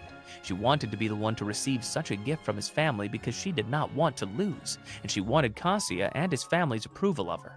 Kasuya was then placed in a tight situation where he believed he was giving too much stress to the girls. He was about to tell his grandmother that they had broken up when Mizuhara's phone rang. It was coming from the hospital where her grandmother was admitted, so she immediately excused herself to receive it. Concurrently, all of them waited for Mizuhara to finish the call when she entered the dining room panting and distressed. She alarmed them that her grandmother lost consciousness, so Kasuya, Mizuhara, and his grandmother rushed to the hospital. Fortunately, they were welcomed by her conscious and gleeful grandmother when they arrived. Mizuhara, on the other hand, felt relieved by the sight of her only family. Kasuya's grandmother conversed and laughed with Mizuhara when she was called by the doctor to talk. She left the room and entrusted the grannies to Kasuya's care. As soon as she had left, the two old grandmothers interrogated Kasuya in chorus about his score with Mizuhara. Overwhelmed, Kasuya stuttered as he answered every question they threw. Minutes later, he was asked to buy stuff for the old people, and when he came back, he saw Mizuhara. Her head faced the floor, her eyes filled with pain and sadness. She shared what the doctor spoke to her about her grandmother, that she had only a little time left in the world. She did not cry, but agony and pain were there, as if she wanted to lean on someone in this hard time. Kasuya felt terrible at the sight of Mizuhara being in pain. He then told her that he would tell her grandmother the truth about their fake relationship, but he was only stopped by Mizuhara. She believed that it would be pointless to tell the truth now because her grandmother already had a real liking for him. He couldn't believe what he heard, anguished because he couldn't do anything for Mizuhara. Soon after, it was time for them to leave as visiting hours were over. They bid their farewells and well wishes before leaving her in the hospital. They went out of the hospital, and Kasuya was the one who volunteered to hail a cab for them. When he was out to find one, his grandmother approached Mizuhara personally. She took out from her pocket the small box that held the ring that they were gifting Mizuhara earlier and placed it on Mizuhara's palm. At first, she wanted to refuse the gift because it was too valuable and significant to Kasuya's family. However, Kasuya's grandmother insisted to give it to her not to put any weight on Mizuhara's shoulders to become Kasuya's wife, but something that she genuinely wanted Mizuhara to have, especially when her grandmother has little time left. Mizuhara felt tears in her eyes, so she tried not to let them fall. She thanked Kasuya's grandmother for the gift and for the compassion and love she had shown her even from the very start. And right on time, Kasuya has already hailed a cab for them so they can all go home and go on with their lives. Kasuya greeted Mizuhara with a good night's rest, and they entered their respective apartments. The morning welcomed the sleep-deprived Kasuya as he sat in front of his laptop since last night to find something that he can do for Mizuhara in times like this when she's slowly losing her grandmother and only family member. He searched about how to help a friend with a dying grandmother. He looked at the printed papers that he did last night until he realized that what he was doing seemed pointless. He stopped for a moment to rest his eyes when a pellet was thrown at his door. He was ecstatic because he knew where the pellet came from. It was Mizuhara who threw it back to his balcony door, so he went outside instantly. There, he saw Mizuhara, who was awfully busy and in a hurry to attend her grandmother in the hospital. She told him that she could not attend the scheduled date, but Sakurasawa wanted to practice with him. Although a little confused, he agreed with Mizuhara as she hurried back inside her apartment. Soon after, he traveled to the planned meetup place with Sakurasawa. He immediately saw her there waiting. She seemed shy when he saw him nearing and did not speak when he greeted her on a good day. However, Kasuya seemed embarrassed when he saw her wearing a school uniform because she thought he wanted his girlfriend in a uniform like how he did back with Mizuhara. After a short while, she began her practice date with Kasuya with an aquarium tour. Sakurasawa told him that she wanted to provide him with the best service plan she can for today. Hence, they went over the spots in the aquarium like the Vikings ship and the Penguin show, and they both had fun. He realized how planned out everything is for their date today, which he really appreciated. Their date went on quickly with every dream aquarium date checklist performed. It was almost tiring for Kasuya, but because he saw the main goal of the date, he shrugged it off until the end. The next thing he knew, Sakurasawa pulled him all the way to the dolphin show at 11:30 which Mizuhara spoke about earlier that seemed crucial for Sakurasawa. He appreciated her efforts even more as he enjoyed the dolphin show in the best way he could. He loved animals so much that he was even spouting nerdy trivia about them. However, during the dolphin show, they were dampened with water, which shocked them both as it was very unexpected inconvenience. Sakurasawa was about to cry, believing that she failed her date plan.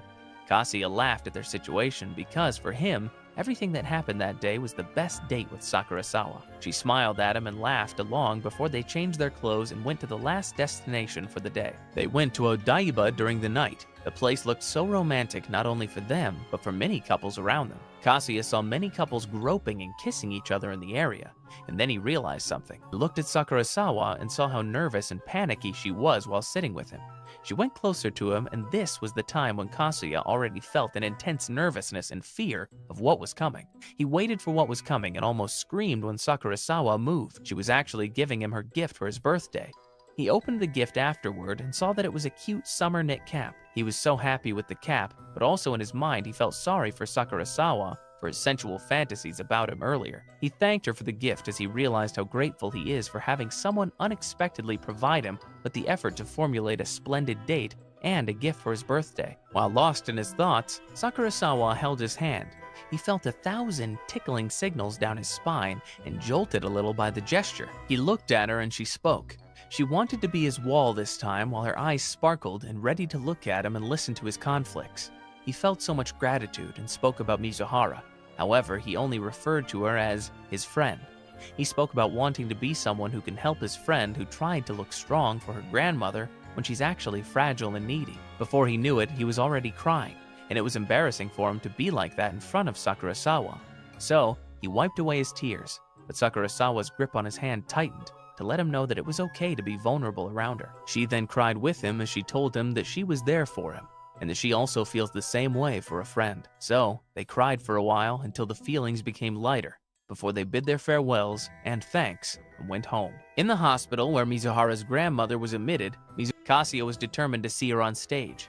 He told her firmly that he would make it happen for her. Kasuya, who was gripping his laptop tightly towards his chest, surged at her apartment door to persuade her to star in a movie that he would be producing. With extreme passion, he expressed his devotion to support her in achieving her dreams, also considering Chisaru's grandma, who may not have much time in the world. With a deep, mature-like voice, he vouched himself to be the one to do the crowdfunding, which was undeniably a heavy responsibility for a startup movie. And despite knowing the weight, he continued to explain what he could do for her. At that moment, while Kasuya was in his main character/hero mode, Chisaru was teary-eyed to know that someone would be willing to go to such heights for her without expecting too much in return. The long show of silence to commemorate their intense feelings about the matter, Chisaru finally broke it and agreed to Kasuya's plan. Although they were both uncertain of the results, they were desperate to show Grandma Sasori how great Chisaru was as a star. Immediately, Kasuya worked on the website for the crowdfunding and soon went to a famous music manager. However, he was only there to be discouraged and slapped with the harsh reality of crowdfunding. Later that night, despite the cold hush of the winds, both Chisaru and Kasuya talked about the crowdfunding obstacle on their balconies. He asked her about the photo of her that he needed for the website and subtly flirted with each other a little at some point. Both blushed at the words they exchanged, even if it was about the matter at hand. Kasuya was about to talk more when a kawaii and short girl with blue highlights on her hair popped out of the third balcony beside Kasuya's unit. It was their new neighbor who ultimately embarrassed them about their clandestine rendezvous on their balconies during the night. Both blushed in embarrassment when the neighbor asked them if they were dating and that it might disturb her from the noise they were making. Shamefully, they contemplated their actions and Chisaru went into her apartment first while Kasuya fell on his knees, crying and annoyed at the new neighbor whom he named Prisoner 202 from her apartment unit number 202. The next day came and he was walking to school, still annoyed at the new neighbor when suddenly he heard an energetic voice. His eyes followed in search of the voice when he saw the neighbor, Prisoner 202 herself. He instantly hid behind the information board, but it was too late. She immediately recognized him, which caused them to properly talk face to face. She introduced herself as Yaemori Mini, a first-year junior of his. He thought of her as an utmost friendly and energetic person who was also polite to her upperclassmen. He apologized for the noise he caused last night, and she was definitely transparent about her thoughts regarding annoying neighbors. But she told him so in an utterly friendly manner. She was accompanied by a friend, which he thought would be troublesome if Minnie said false words about Chisaru and him being in a relationship on campus. so he wanted to make things clear and talk to her privately. On the flip side, Kasia's friends who were already in the class hall looked for him while Mame, who was just near them, eavesdropped on Kasia's whereabouts. Meanwhile, at a secluded space on campus, Kasia told Minnie to keep what she saw a secret. Minnie was confused as to why it was a big deal, so he unleashed his manly, mature side and spoke about how wrong it was to meddle with the grown-ups' lives. Almost convinced, Minnie exclaimed that he really does have a thing for Chizuru. Kasia stammered while Minnie confessed about her love for her waifus too, especially Nikase-me. In the end, despite the difference between the love they referred to, Minnie assured him that she was not going to talk about it. Later that night in his room, Kasia continued to work on the website to enhance it when he had an idea on how to succeed in crowdfunding the movie. He thought about Chizuru and her grandma Sasori's life story, but flicked his face onto his laptop when he realized she did not want that. So, he rested his head, burnt out from the lack of options. Then, suddenly, a text message came in late that evening. It was from Chizuru, who asked if she could come over to his apartment. His eyes almost bawled out at the sight of the text. With mixed emotions, he stood up and did everything he could to clean up his disastrous, dirty apartment. Doorbell rang, and without backing down, he anxiously opened the door for Chizuru. This was the first time ever Chizuru crashed into his apartment unit with utmost volunteerism. She frustratedly told him that it was all for the sake of the movie, and nothing else. But as soon as they sat down to discuss it, Kasia's eyes were stuck on something he should not be distracted by. They were like sirens calling him to grasp them. He wanted to defeat his perverted soul and slap his way out of his fantasy. So, he discussed with Chizuru the planned budget that they were aiming for. He calculated everything and explained the important details. Chizuru, on the other hand, admired his eagerness on this journey to achieve her dreams, which touched her heart and made her smile. Suddenly, a groundbreaking noise was heard. It was Kasia's stomach rumbling out of hunger. Chizuru almost laughed at that point, but genuinely, she offered to cook something for him in return for this big favor he was doing for her. Kasia fell in love more, allowing his fantasy to devour him into believing that their relationship was moving up to another level. Eventually, despite being anxious about her own cooking, Kasia loved the omo rice she had made for him that night. Relieved, she informed him of her leave. But before she left, he thanked her for the meal and told her that he might take some budget from his savings too. Not for her, but for his dream. He was undeniably thankful inside and could only utter simple words. She was counting on him. As soon as Chizuru was about to leave the door, Ruka stood in front of the open door, shocked and confused about the scene she was facing head on. Kasia's soul almost flew to heaven at that time, and he did not know what to do when Ruka surged towards him to complain and make a scene in front of him and Chizuru. All that was because he wanted to explain about Chizuru leaving his apartment late in the evening. Kasia asked her why she was even there while Chizuru tried to stop Ruka from making so much noise and commotion. Ruka explained that she texted Kasia last morning about her coming over to return his manga, which Kasia totally forgot. Eventually, Kasia panicked and thought of how he would calm Ruka down, knowing how exaggerated and impulsive she was over things. He was sweating as he tried to figure out how to mend things without involving Chizuru or saying a word about the movie. Soon enough, Chizuru decided to snap Ruka out of her tantrums and told her the real setup that was going on. Ruka instantly quieted down and went directly inside Kasia's apartment. Kasia looked at Chizuru with worry if she really was going to share this with Ruka. She nodded, assuring Kasia that she was fine with it. And so, both spoke about the movie to Ruka, who in the end wanted to help in the progress of it. However, her agreement was not inclusive only to just helping a friend out. Her involvement had terms in which she had to be wherever they would meet for the movie because she believed she was Kasia's official girlfriend. Meanwhile, in Kasia's perception, Ruka was just a nice girl who he did not want to disappoint or hurt. Lastly that night, Ruka asked Kasia an ultimately devastating query. Kasia had to choose which was better and tastier between Chizuru's omi rice and Ruka's curry. With much logical thinking, he had to avoid as much commotion and choose Ruka's curry to prevent her from attacking Chizuru. The next day, Kasia met with the famous music manager again to screen the website. With great triumph, Kasia received a go signal from the manager to publish the improved website to begin the crowdfunding. On the flip side, Chizuru visited her grandma to ask her the question that has bothered her since last night. Moved, she did not expect her grandma to vote genuinely for Kasia as a great match for her despite his lackingness and imperfections. She even thought about it all the way home as she was walking. Kasia, who was going back home, was skipping, giddy to break the good news to Chizuru, when his eyes saw the one he was looking for. His face gleamed brighter at the sight of Chizuru and immediately told her about the news. All he received were monotone answers from Chizuru while she navigated to her apartment unit in deep thought. This confused Kazuya and bothered him while he was publishing the website. Consequently, the day after, he was mind-blown with the results of the crowdfunding that reached an unexpected amount overnight. He blasted out of his apartment door, and at the perfect time, Chizuru was outside when he announced the great feat. However, Chizuru was not moved by such. Or she was just hiding the enthusiasm behind the matter of still not having a proper script for the movie. Expressing such concern woke Kazuya back to reality as Chizuru went off her way and left him. Later in the afternoon, Ruka walked with Kazuya and discussed the problems with the script. Ruka immediately contributed a probable source, which Kazuya went over during the evening. And despite this, he had trouble finding the right script that would fit best for the movie, Chizuru, and the theme. So he intended to satisfy his hunger and take a break from the search first. Once he had gotten out of the unit, a hand grabbed him inside a room. It was Minnie, who was wearing a mature set of clothes that she cosplayed to become a much-grown woman. Kazuya, who has the tiniest bit of control over his fantasies, was almost choking to escape such temptation. Minnie immediately apologized for the act and soon showed Kazuya the video she had taken of the commotion Ruka created last night. As if the world was about to break, Kazuya desperately begged Minnie to delete the video. Minnie, on the other hand, claimed that she was not going to use it negatively against him, and just wanted to know about his life with a rental girlfriend. As expected, she idolized Kazuya for having such drama before she introduced him to her hobby, streaming online. Suddenly, Kazuya expressed his pure intentions to support Chizuru even if their feelings were not mutual. He was taken aback and was blushing madly like an overripe tomato when Minnie told him Chizuru likes him too. He couldn't believe her even when he got back in his room.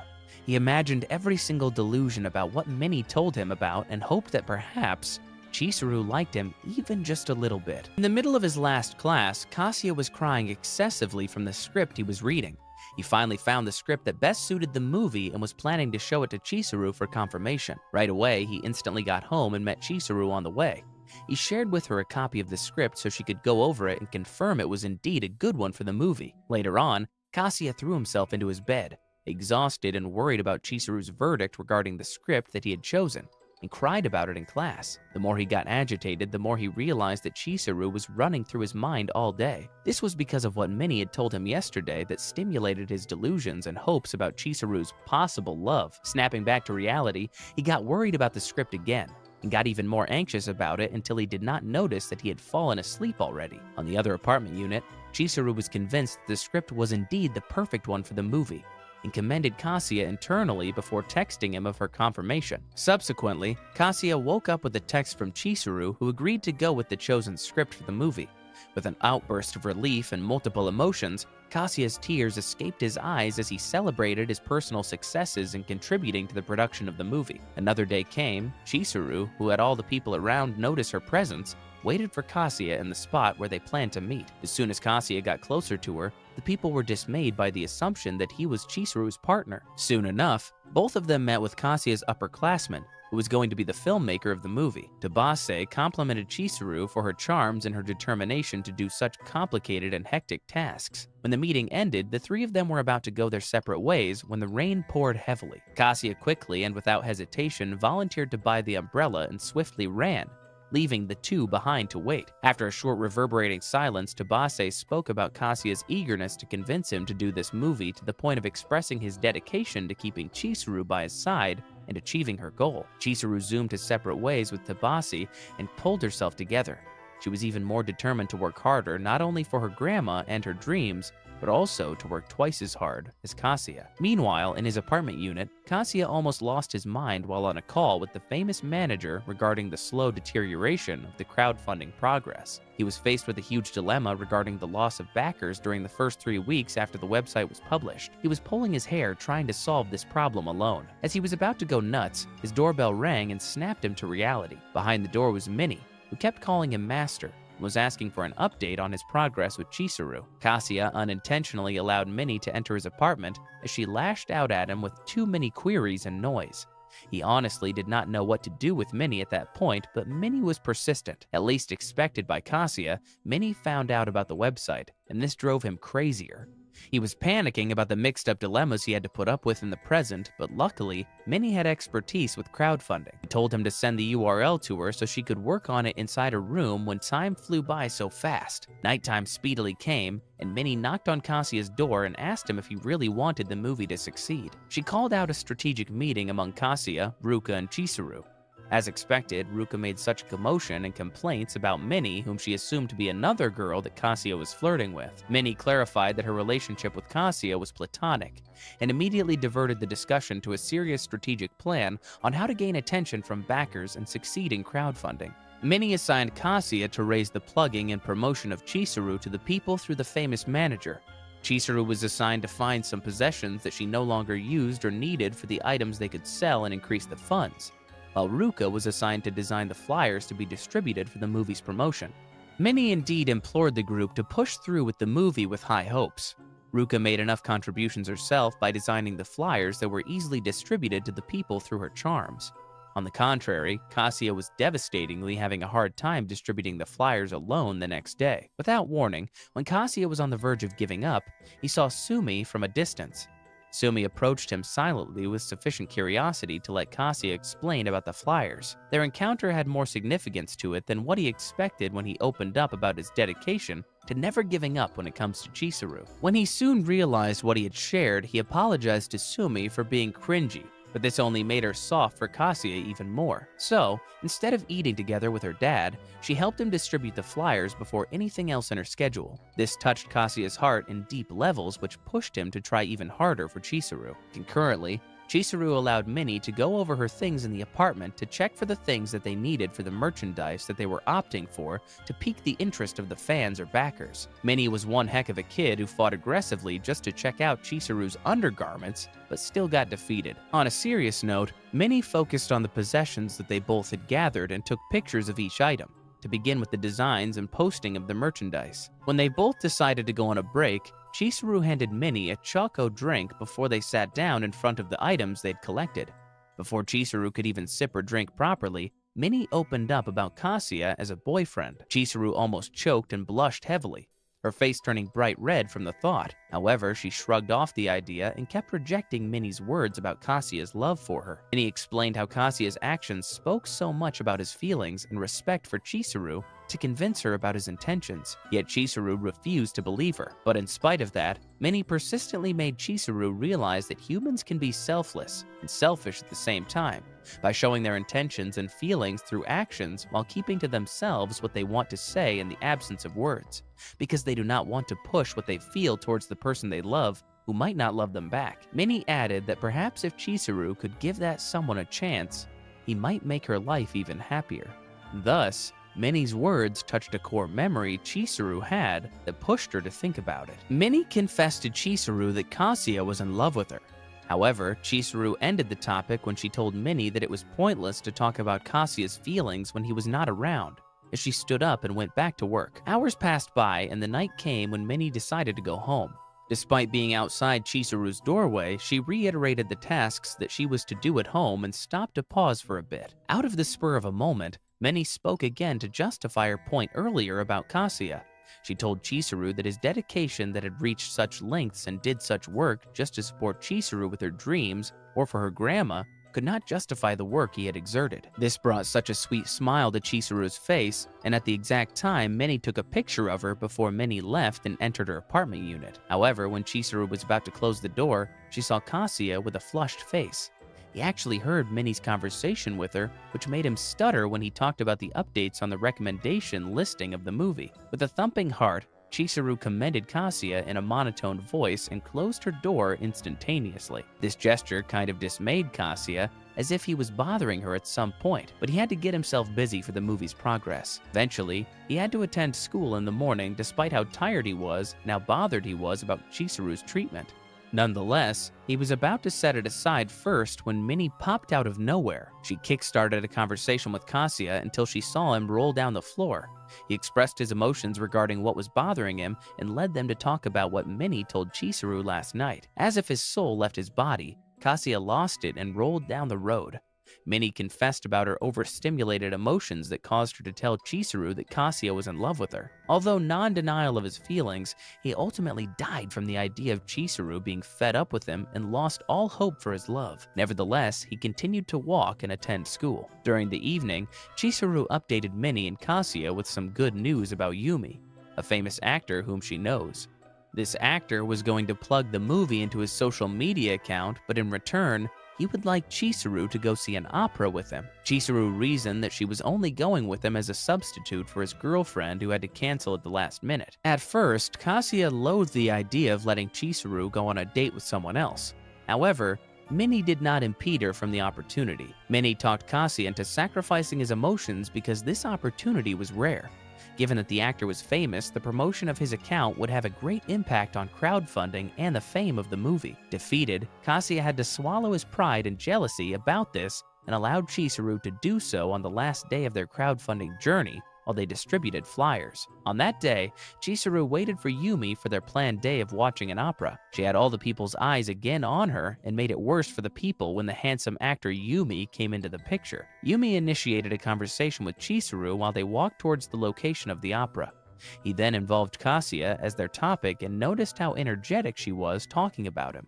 On the contrary, Kasia felt a little down because he kept thinking about Chizuru's date on that day. Ruka, who noticed his condition, motivated them to continue working hard for grandmother Sayuri. This pushed him to set aside the unsettling feeling and began to distribute alongside Ruka, who was working extra hard for all of them today. In the middle of distributing, he thanked Ruka for giving them a hand for the movie's crowdfunding to succeed. Meanwhile, the opera ended with a blast and Chizuru kept talking non-stop about how great the play was. She was out of her silent comforts and spoke more during that moment, which made Yumi smile. Yumi stopped walking to tell Chizuru the truth about today. He broke up with his girlfriend weeks ago and did not come to terms with telling Chizuru such news up until that time. Chizuru noticed his words even from a while back. Yumi confessed that he liked people like Chizuru and asked her if he could take her to dinner. This raised tension between the two of them while Chizuru's mind was fixated on how badly she wanted to leave right away to help her friends distribute flyers for the movie. So politely, she declined Yumi's offer regardless of whether he would stay true to his words on the promotion or not. He was about to leave him behind when he asked her one last thing. Chizuru arrived at the location where everyone was distributing flyers. She could recount back to Yumi's question if she liked Kasia, and thought that she would have told him the same answer. She doesn't like Kasia as a lover, nor does she like Yumi the same way. Nevertheless, Yumi stayed true to his words, despite asking himself what he was doing anyway. Finally, Kasia saw Chizuru and a surge of relief and mixed emotions ran through him. He was about to cry because of her presence today, and handed her some flyers so she could start distributing them too. He smiled while looking at her, knowing that whatever happened without his presence, it didn't matter. He knew how badly she wanted to achieve this dream, and he was willing to support her all the way. Unexpectedly, when he checked on the crowdfunding website after all their work that day, they reached more than their budget goal, which made everyone entirely happy and Kasia the most. Everyone prepared for the film. The director asked for Chizuru's words as the lead and Chizuru confidently delivered her lines. Everyone applauded while Kasia was in awe. The director then approached Kasia for his words. Silence took over before Kasia spoke his spontaneous speech. After he spoke, there was silence once more, but it broke when Chizuru applauded, followed by the crowd. Everyone cheered and the production started. Chizuru was being filmed near the lake. As they started to film, the noise from a cicada on the bridge started to ruin the production. Because of this, Kasia ran to the bridge and caught the cicada and then fell to the water. The production continued. Kasia, who sat on the staircase, looked at Chizuru as she was acting.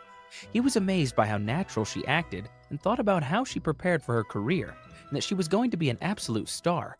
But then he thought about where he would be after all of that. Kasia bawled in his apartment and thought about how different he and Chizuru were. He thought about how good she was while he was nothing but a store manager. She was out of his league. On the same day, he proceeded to the filming site. On his break, he sat on the staircase and ranted about how terrible his actions were in the past when Chizuru suddenly appeared. She came out to fetch a signal so she could contact her grandma. Thinking that she couldn't relax with him around, Kasia attempted to leave, but Chizuru stopped him. She was curious about his avoidant behavior and confronted him that she couldn't have her producer avoiding her. He looked and admired Chizuru in silence and reasoned out that they were different and added that he was nothing but a burden to her. She spoke back, telling him that there was no difference between them, even if she was an actress and he was a store manager, and added that Kasia's life was still a wonderful one. She never regretted meeting Kasia. The next day, Tabosi called Kasia to tell him that he had to shoot a scene with Chizuru alone. He explained that the last scene doesn't have many cuts that leave Kasia hanging, as he cannot have a trip with Chizuru alone. He showed up at Minnie's place and asked if she could help him. She agreed and told him that organizing was a part of her job, and then pushed him out and asked him to contact the others. He calls Chizuru, who agreed to film without the director as well. The next day, Kasia waited at the station. Chizuru arrived with a very attractive outfit, which was also noticed by some people at the station. The two wondered where their team was and tried to call them. Minnie called Kasia and told him that they wouldn't come at the same time when the Shinkansen arrived. Both had no choice but to enter the Shinkansen together without the team. While on the Shinkansen, Chizuru asked what Minnie had said. Kasia recalled the moment when Minnie told her she wouldn't come so that Kasia could make a move with Chizuru. Minnie then sent a photo of her flu temperature to Chizuru. Ruka called Kasia asking him what he was up to since Minnie told her that the shooting was cancelled because of her flu. He was left with nothing but Chizuru. Both discussed how close they were to being done with the film and how grateful Kasia was to everyone, including Chizuru, while eating their meals. They then arrived at Iyama Station. As Kasia looked for the bus stop, Chizuru called him and attempted to say something but shrugged it off instead, leaving Kasia confused. Chizuru and Kasia arrived at the Madaro Resort Hotel. Chizuru looked around the hotel and was delighted to see a good view from the lobby. Meanwhile, Kasia was in a daze about Chizuru's unspoken thoughts. She approached him and asked if he was bus sick since he looked unstable. The receptionist arrived and told them that they could check in. Both were baffled when the receptionist gave them a single key, as Minnie had only reserved one room for 2 people. Kasia attempted to book another room. However, Chizuru picked up the key and left. Both arrived at the room booked for them and left their belongings as they planned to scout the area. They found their spot and started to record a clip. Afterward, both headed back to their room. Kasia was studying the script and clips from the video when Chizuru suddenly came out from an outdoor bath. Kasia blushed once more. Both went out and set up the place where they started to record the Starry Night scene. Before the recording started, Chizuru spoke up to Kasia about something she wanted to tell him earlier. He assumed that she was going to confess her love for him, but it turned out that Chizuru confessed how happy she was that he had suggested for them to make a movie, and that she dedicated her career to her grandfather. They both then started to work on the film, and Kasia broke down as he realized how happy the two of them were. Kasia headed to the outdoor bath and spaced out with the thought of Chizuru. After his never-ending thoughts about her, he headed back to the room and found her tucked in and asleep. He thought about how tired she must be, so he decided to sleep as well. Later on, Chizuru stared at Kasia and thought about her grandfather telling her that someone would come to become her pillar of support. She then wondered why she had a hard time sleeping. The next morning, Chizuru took an outdoor bath with the thought of why she was not able to sleep well last night. Both checked out of the hotel and hopped onto the bus on the way to the train station. They talked about how fun the stay was until Chizuru pulled up saying that it could have been nice to bring a real girlfriend to the resort. She asked him about Ruka and he explained that she was a nice girl, but thought that he preferred Chizuru more. Kasia got sad at the fact that the shooting ended and he could no longer hang out with Chizuru as much as he did before. He started to express his gratitude towards Chizuru when suddenly she fell asleep on his shoulder. He started to get anxious.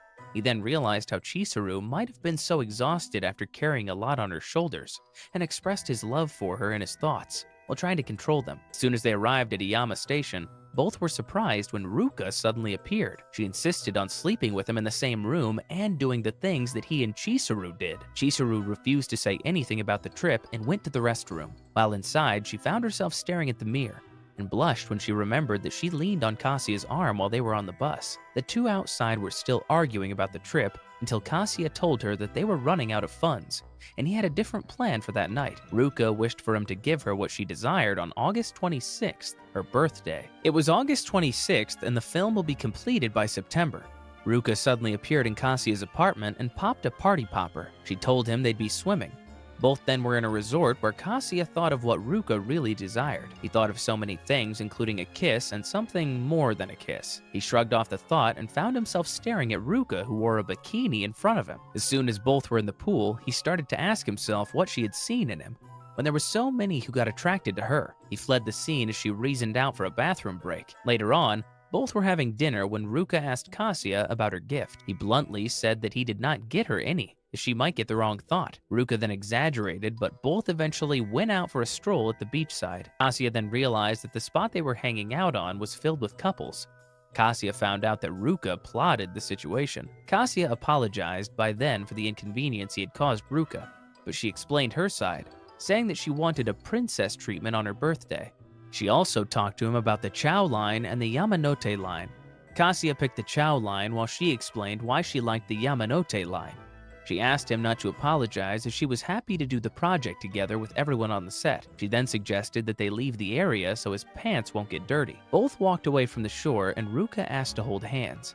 They passed by a couple, specifically the boyfriend giving his girl a gift for their anniversary. Ruka stopped walking and told Kasia that she really wanted a gift. She just wanted to call him Kasia casually like her classmates in school. Kasia agreed anyway. Ruka then proceeded to call him Kasia repeatedly. Sumai found Chizuru, who walked her way to the hospital. Chizuru visited her grandma and asked how her grandma was doing, and talked about how good the weather was despite the 70% chance of rain in the forecast. Her grandma shared how Chizuru's mother had rain every time she had attended events like the day Chizuru was born, graduation day, wedding day, and all other significant events. Chizuru then said she'd live longer than her grandma, then walked out of the room to change the vase's water. She then encountered Sumai at the nurse station, who brought a bouquet of flowers. She sat down with Sumai and asked what she was doing at the hospital. Sumai told her she had seen Chizuru enter the hospital and got curious, so she brought flowers for Chizuru's grandma. Sumai also told her that she was glad that the filmmaking was a huge success, and that the film would never be successful without Chizuru and Kasia's teamwork. Sumai then cheered for the two of them. Later on, Chizuru introduced Sumai to her grandma. After Sumai left, Chizuru's grandma asked her about Kasia. She talked to her grandma about how clumsy and naive he was on set and told her almost every embarrassing and funny moment, while obviously enjoying herself by telling her grandma everything she's been through with Kasia when they were filming. Her grandma observed her and smiled. Her grandma then tells her that true love starts when someone starts talking about the person they love and enjoying it. Minnie arrived at Kasia's house with a bag of stuff to celebrate his loss of virginity and wanted to know more about what had happened in the resort. Minnie was astounded when she figured out that Kasia did not sleep with Chizuru at the resort. Kasia manned up and told her that the shooting was more important and that Chizuru had no intentions of doing those kinds of things. Chizuru suddenly turned up and went out of her room. Minnie then reasoned out that they were just talking about the movie, and Chizuru asked if there was a problem. There was none, and they talked about the cinema where the screening would be held. After a few minutes, Ruka suddenly appeared, talking about how Chizuru was just a rental girlfriend and Minnie was just his neighbor. Ruka was his girlfriend. She then called him Kasia casually. The two girls were left in total shock as Ruka pushed Kasia back to his room. Chizuru went back to her laundry and wondered how it had been a big deal for Ruka and Kasia to call each other casual names. Then she tried to call Kasia casually, and then suddenly blushed and got lost in her thoughts. The next day, Chizuru took her grandma to the screening theater and found Kasia waiting nearby. Her grandma exclaimed that she was happy and excited that she could come. When they got inside the theater, they were told that 200 people would be inside the screening hall. Chizuru's grandma was overwhelmed with the thought that she will be seeing Chizuru on the big screen soon, and mentioned that it felt like she had seen the movie already. Chizuru excused herself and walked away, leaving the two behind. She headed to the restroom but blushed and smiled outside the room. Chizuru's grandma thanked Kasia for helping Chizuru reach her dream of becoming an actress. She also thanked him for being a part of their lives. Kasia then told her that Chizuru was out of his league and wondered why Chizuru hung out with them. Chizuru's grandma didn't mind and still insisted that they were made for each other. He told her further about how she was something more than an ordinary girl and that he wanted to support her even if he was not her boyfriend. Chizuru's grandma got teary-eyed listening to Kasia. Chizuru and her grandma, Sayuri, waited for Kasia to come back from ordering coffee. Sayuri asked her if chasing her dream was making her suffer. Chizuru answered her, saying that she was fine, and went ahead to Kasia to help him with the coffee. Sayuri then started to talk to Chizuru's grandfather, Katsuhito. She asked him if she could see Chizuru's achievements now that she had become an actress, whom people adored by the time the movie was played on the screen. She told him how Katsuhito won, and that his decisions were right all along. She was very proud of Chizuru's achievements and wished that Katsuhito saw Chizuru now. Meanwhile, Kasia was in the restroom thinking about the conversation he had with Sayuri. As he headed out, he encountered Chizuru, who waited for him outside the restroom. She only came to see Kasia because her grandmother was over the moon. She thanked him and stormed out of the restroom to grab the coffee. Meanwhile, a crowd suddenly flocked over Sayuri, who was already on the floor, lying unconscious. She fell from her wheelchair and was rushed to the hospital. Both Chizuru and Kasia were anxious about her condition, knowing that she might not wake up again. Kasia wanted to comfort Chizuru with a hug, but he feared that she might be uncomfortable.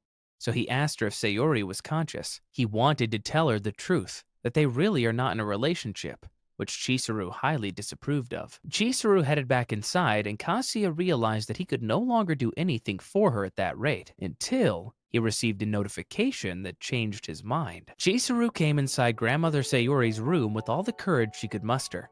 She stopped walking towards her and looked at her from a distance. From then, she accepted an ultimate defeat and believed that she was already too late. She knew that if ever she took another step closer, she would break 1,000 times, as her heart crushed in so much pain from the sight of her unconscious grandmother. When Chizuru finally got the guts to sit down on a chair adjacent to her grandma, he talked to her. She wanted to express a lot of things, especially about the things that she had lied about several times already. A desperate flow of tears welled from her eyes as if she was holding it on for too long when suddenly, the hospital room door opened and in came Kasia. Chizuru seemed frustrated by this intrusion, knowing how much she disliked to be seen as weak, frail, and lost. Kasia did not look at her, nor did he listen to her complaints about him being there. He continued to walk past her and set up his computer and a projector. Before he left without a word, he projected the movie that they created together to let Grandma Sayuri watch it, despite her condition, regardless of whether she would even hear or see it at that state. The movie played while Chizuru kept her hopes up, despite how impossible it was for her grandmother to wake up at this point. Ultimately frustrated for failing to let her grandmother see her star in a movie, she yearningly clung to her grandma and hugged her tight. She finally burst out crying and expressed her grief and loss. She almost begged the world to let her grandma open her eyes just to see what she had become, to make her grandmother proud before she was even taken away from her. She cried and told her grandmother that she felt lost, and she did not know which decision was wrong or right, and she sought help from her unconscious grandmother, hoping she could hear her plea. When Chizuru was about to give up and just prepare for what was going to happen anyway, her grandmother raised a hand. Chizuru was jolted with extreme emotions that her grandmother had miraculously woken up. Eventually, grandmother Sayuri was too weak and fragile to last longer before she passed out. She could only express how thankful she was to have such an amazing granddaughter like her, and how proud she was of Chizuru for achieving such great feats. Before she took her last breath, she also relayed her thanks to Kasia for supporting her beloved Chizuru in her triumphant debut in a movie, after which Chizuru cried in agony for what had been a great fight and memory with her grandmother. Consequently, she went out of the room to prepare for her late grandmother's wake. Kasia, who was anxiously waiting for her outside, immediately went up to her to check if everything was fine. What he received was a huge smile from her, like she always does, like the perfect rental girlfriend she was. Kasia was absolutely distressed about how he could be helped to alleviate the pain and mourning Chizuru felt during that time. He pulled his hair, rolled over his bed, and cried in the thoughts of Chizuru walking away from him in the hospital. Swiftly on the next day, Kasia went to the wake together with his grandmother, who was Grandma Sayuri's best friend. Grandma Nagami showed no signs of weakness, sadness, or expression as soon as she got inside to offer her prayers to her late best friend. After only a few seconds,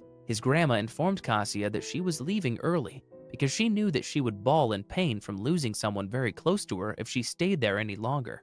Kasia understood and went out with her, but his mind was with Chizuru. Soon later, his grandma said that perhaps Kasia could do something for Chizuru that only a boyfriend can do, and this struck him. At first, he rolled over his bed a couple of times for not having any answers to his queries. He lay on his bed and realized how strong a lady Chizuru indeed was, but at the same time, he recalled what Grandma Sayuri had told him about her. He wrestled his noise cancellation bed sheets and screamed all his frustrations about how he could be of help to Chizuru when all they had was a fake relationship, and had only gotten closer because of the filming of the movie. He stood up and touched the wall to continue his dramatic soliloquy when he abruptly recollected Minnie's words and his grandmother's advice. So, he tried to look for ways on how he could help her and scanned through his phone while leaving the idea of what he would do for her to the curiosity of the mind. A day had come when Kasia stood in a location to meet the rental girlfriend he rented out for an hour that day. While waiting, he stood there worried but with a smile on his face. After a few minutes, a cute girl walked towards him. It was Sumai, who was his good old friend that he rented out that day. He knew that he needed her advice and her positive mind to be able to find a way to be of help to Chizuru. They had finally rekindled, and Sumai decided to go on a trip far away from Tokyo with Kazuya, but he refused, as he only booked her for an hour. Sumai then asked him to go on a trip as friends because she wanted to help Chizuru too. They both hopped on a train and went to a beachside. After that, they went to a tower to see the ocean view. Kazuya had no choice but to follow Sumai's plans since she was a bit hard to read. Sumai invited him to use the binoculars and watch the view. Then, they walked down the long staircase and went back to the beach. Sumai ran to the shore, removed her socks and shoes, and started to play in the water. Kazuya saw this, went to her, and had fun in the water as well. Just then, he realized what Sumai was trying to tell him. Sumai told him that positivity starts with a smile. He got her point and finally figured out what he could do to cheer Chizuru up. When he got back to work, he diligently did his job and asked his manager for his advance pay. He started to do extraneous work and diligently worked on his job, even extending a few hours after work. Ruka clocked out and was confused while he continued to work. He planned to book for Chizuru the next day and wanted to make sure that she would experience the best day ever. Kazuya booked Chizuru as a rental girlfriend the next day and thought that he wanted her to forget the pain she had felt, at least within the day of his rental. Chizuru poked him on the back and he found her smiling at him like a tragedy never happened. He wondered why she looked so cheerful. Chizuru then asked if he was okay since he booked her for the whole day. Both then went on their way and entered a boutique shop. Kazuya told Chizuru to pick up anything she liked and found a dress that he thought looked good on her. Chizuru saw this and wanted to pick up what he wanted instead of picking what she liked. He then selected an outfit for her.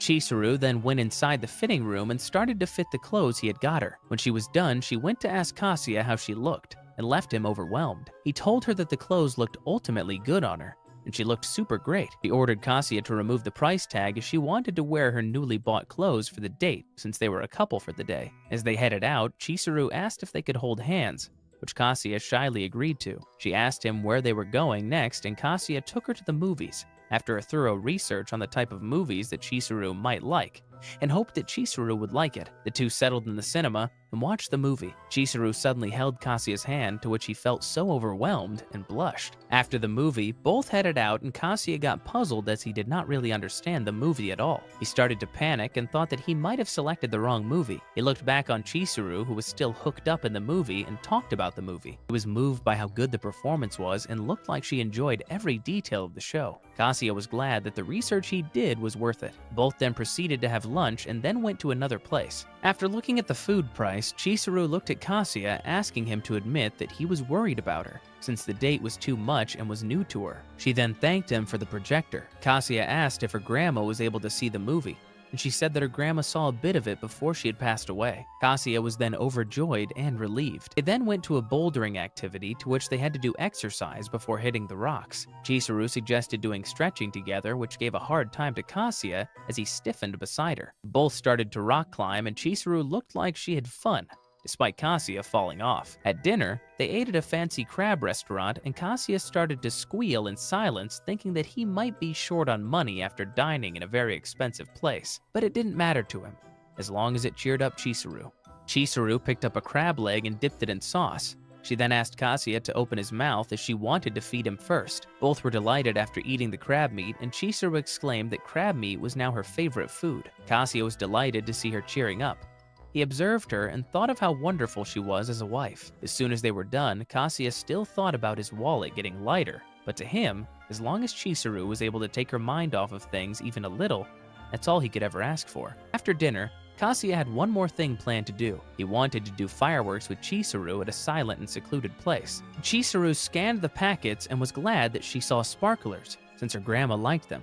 She started to light up a stick and Kazuya excused himself to get some water. Chizuru was left alone with her sparklers. She remembered her childhood with her grandparents holding a sparkler with her, and as Kazuya came back with a bucket of water, he found Chizuru sobbing while holding the sparkler. She was unaware that he had come back. After he came back, he called out to Chizuru, who immediately wiped her eyes and reasoned that the smoke from the sparkler made her tear up.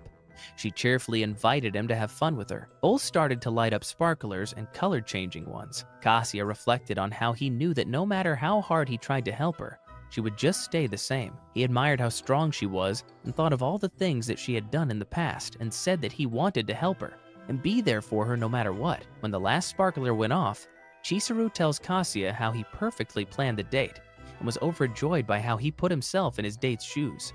Any girl would be overjoyed by the effort that he would made. She then told him that he might find a real girlfriend soon. Kazuya asked her in a very serious tone if she knew what his ideal girlfriend was like. He then told her what his ideal girlfriend was, and was clearly describing her. After hearing everything that Kazuya said, Chizuru remembered a memory about her waking up in the middle of the night and was asked by her grandma if she felt alone. Then her grandma invited her to come close to her. She asked her grandma if she ever felt alone, and her grandma told her how she felt it. She said that a nice, big hug fixed her loneliness. She then remembered how her grandma had told her that she was her treasure before she passed away, and started to get teary-eyed, which then turned into a cry, and then she suddenly ran to Kazuya and grabbed him. He then realized how frail she was. He also started crying. The next day, Kazuya was stuck with the thought of how yesterday went, and that he couldn't take his mind off of it until he concluded to himself that he really was hopelessly in love with Chizuru. He wanted to put her first and protect her. After a long while of wailing and overthinking, Minnie suddenly appeared beside him. He was suddenly shocked. Minnie came in since he was deep in thought and did not hear the intercom. Minnie wanted to know how the date went since he was staring at her apartment lovingly. He decided to tell her anyway, except for the part where Chizuru cried on him. Minnie suggested for Kazuya to ask Chizuru on a regular date, which he then refused since he did not want to take the opportunity after what had happened yesterday. After a non-stop argument with Minnie, he rushed out of the door to grab lunch and walked back with peaches in his bag. He was about to see Chizuru and deliver the peaches to her when he shockingly met her outside his apartment. Chizuru talked to him about the screening date and what will happen on the screening day. He asked him which color suited her better, red or blue. He picked out the blue for her. She agreed and went back inside her apartment. He then realized that he had forgotten to give her the peaches. Back in her apartment, Chizuru lit incense for her grandparents and told them the truth between her and Kazuya. She then told them things about him, including how he told her about his ideal girl, and then confessed how she felt alone and wanted to die, but was comfortable when she cried on him. On the day of the screening, Chizuru really wore something blue. She was then applauded by everyone who witnessed her movie on the huge screen. The film was a big success. She was then approached by the director, who told her that he knew what happened at the hospital, since Kazuya rushed to his office after he messaged him that the edit was done, and Kazuya asked to borrow the projector and looked more desperate than ever. Kazuya sat on the staircase, thinking about how summer had ended, and felt glad that everyone seemed to appreciate the movie. Then he thought about Chizuru crying again, until Chizuru suddenly poked his neck with a can of soda. She then asked him what he was doing out there. They both talked about the people's reaction to their movie, and they both were glad that the movie was a success. Chizuru decided to continue her acting career. She had also then told him she'd be going, and Kazuya followed her. The episode ended with the two who managed to walk home together. They started out having a fake relationship, but ended up developing into something more. They now stride together side by side towards a future unknown, but filled with possibilities. And that's it for today's anime recap. If you guys like this video, please like and subscribe to the channel. See you in the next one. Don't forget to check out War Thunder through the link in my description, and you'll even get a super bonus as a new player, with lots of vehicles, boosters, and a special 3D Dakimakura. Remember, it's free to play and available on PC, Xbox Series X and S, PlayStation 5, and the previous generation of consoles as well.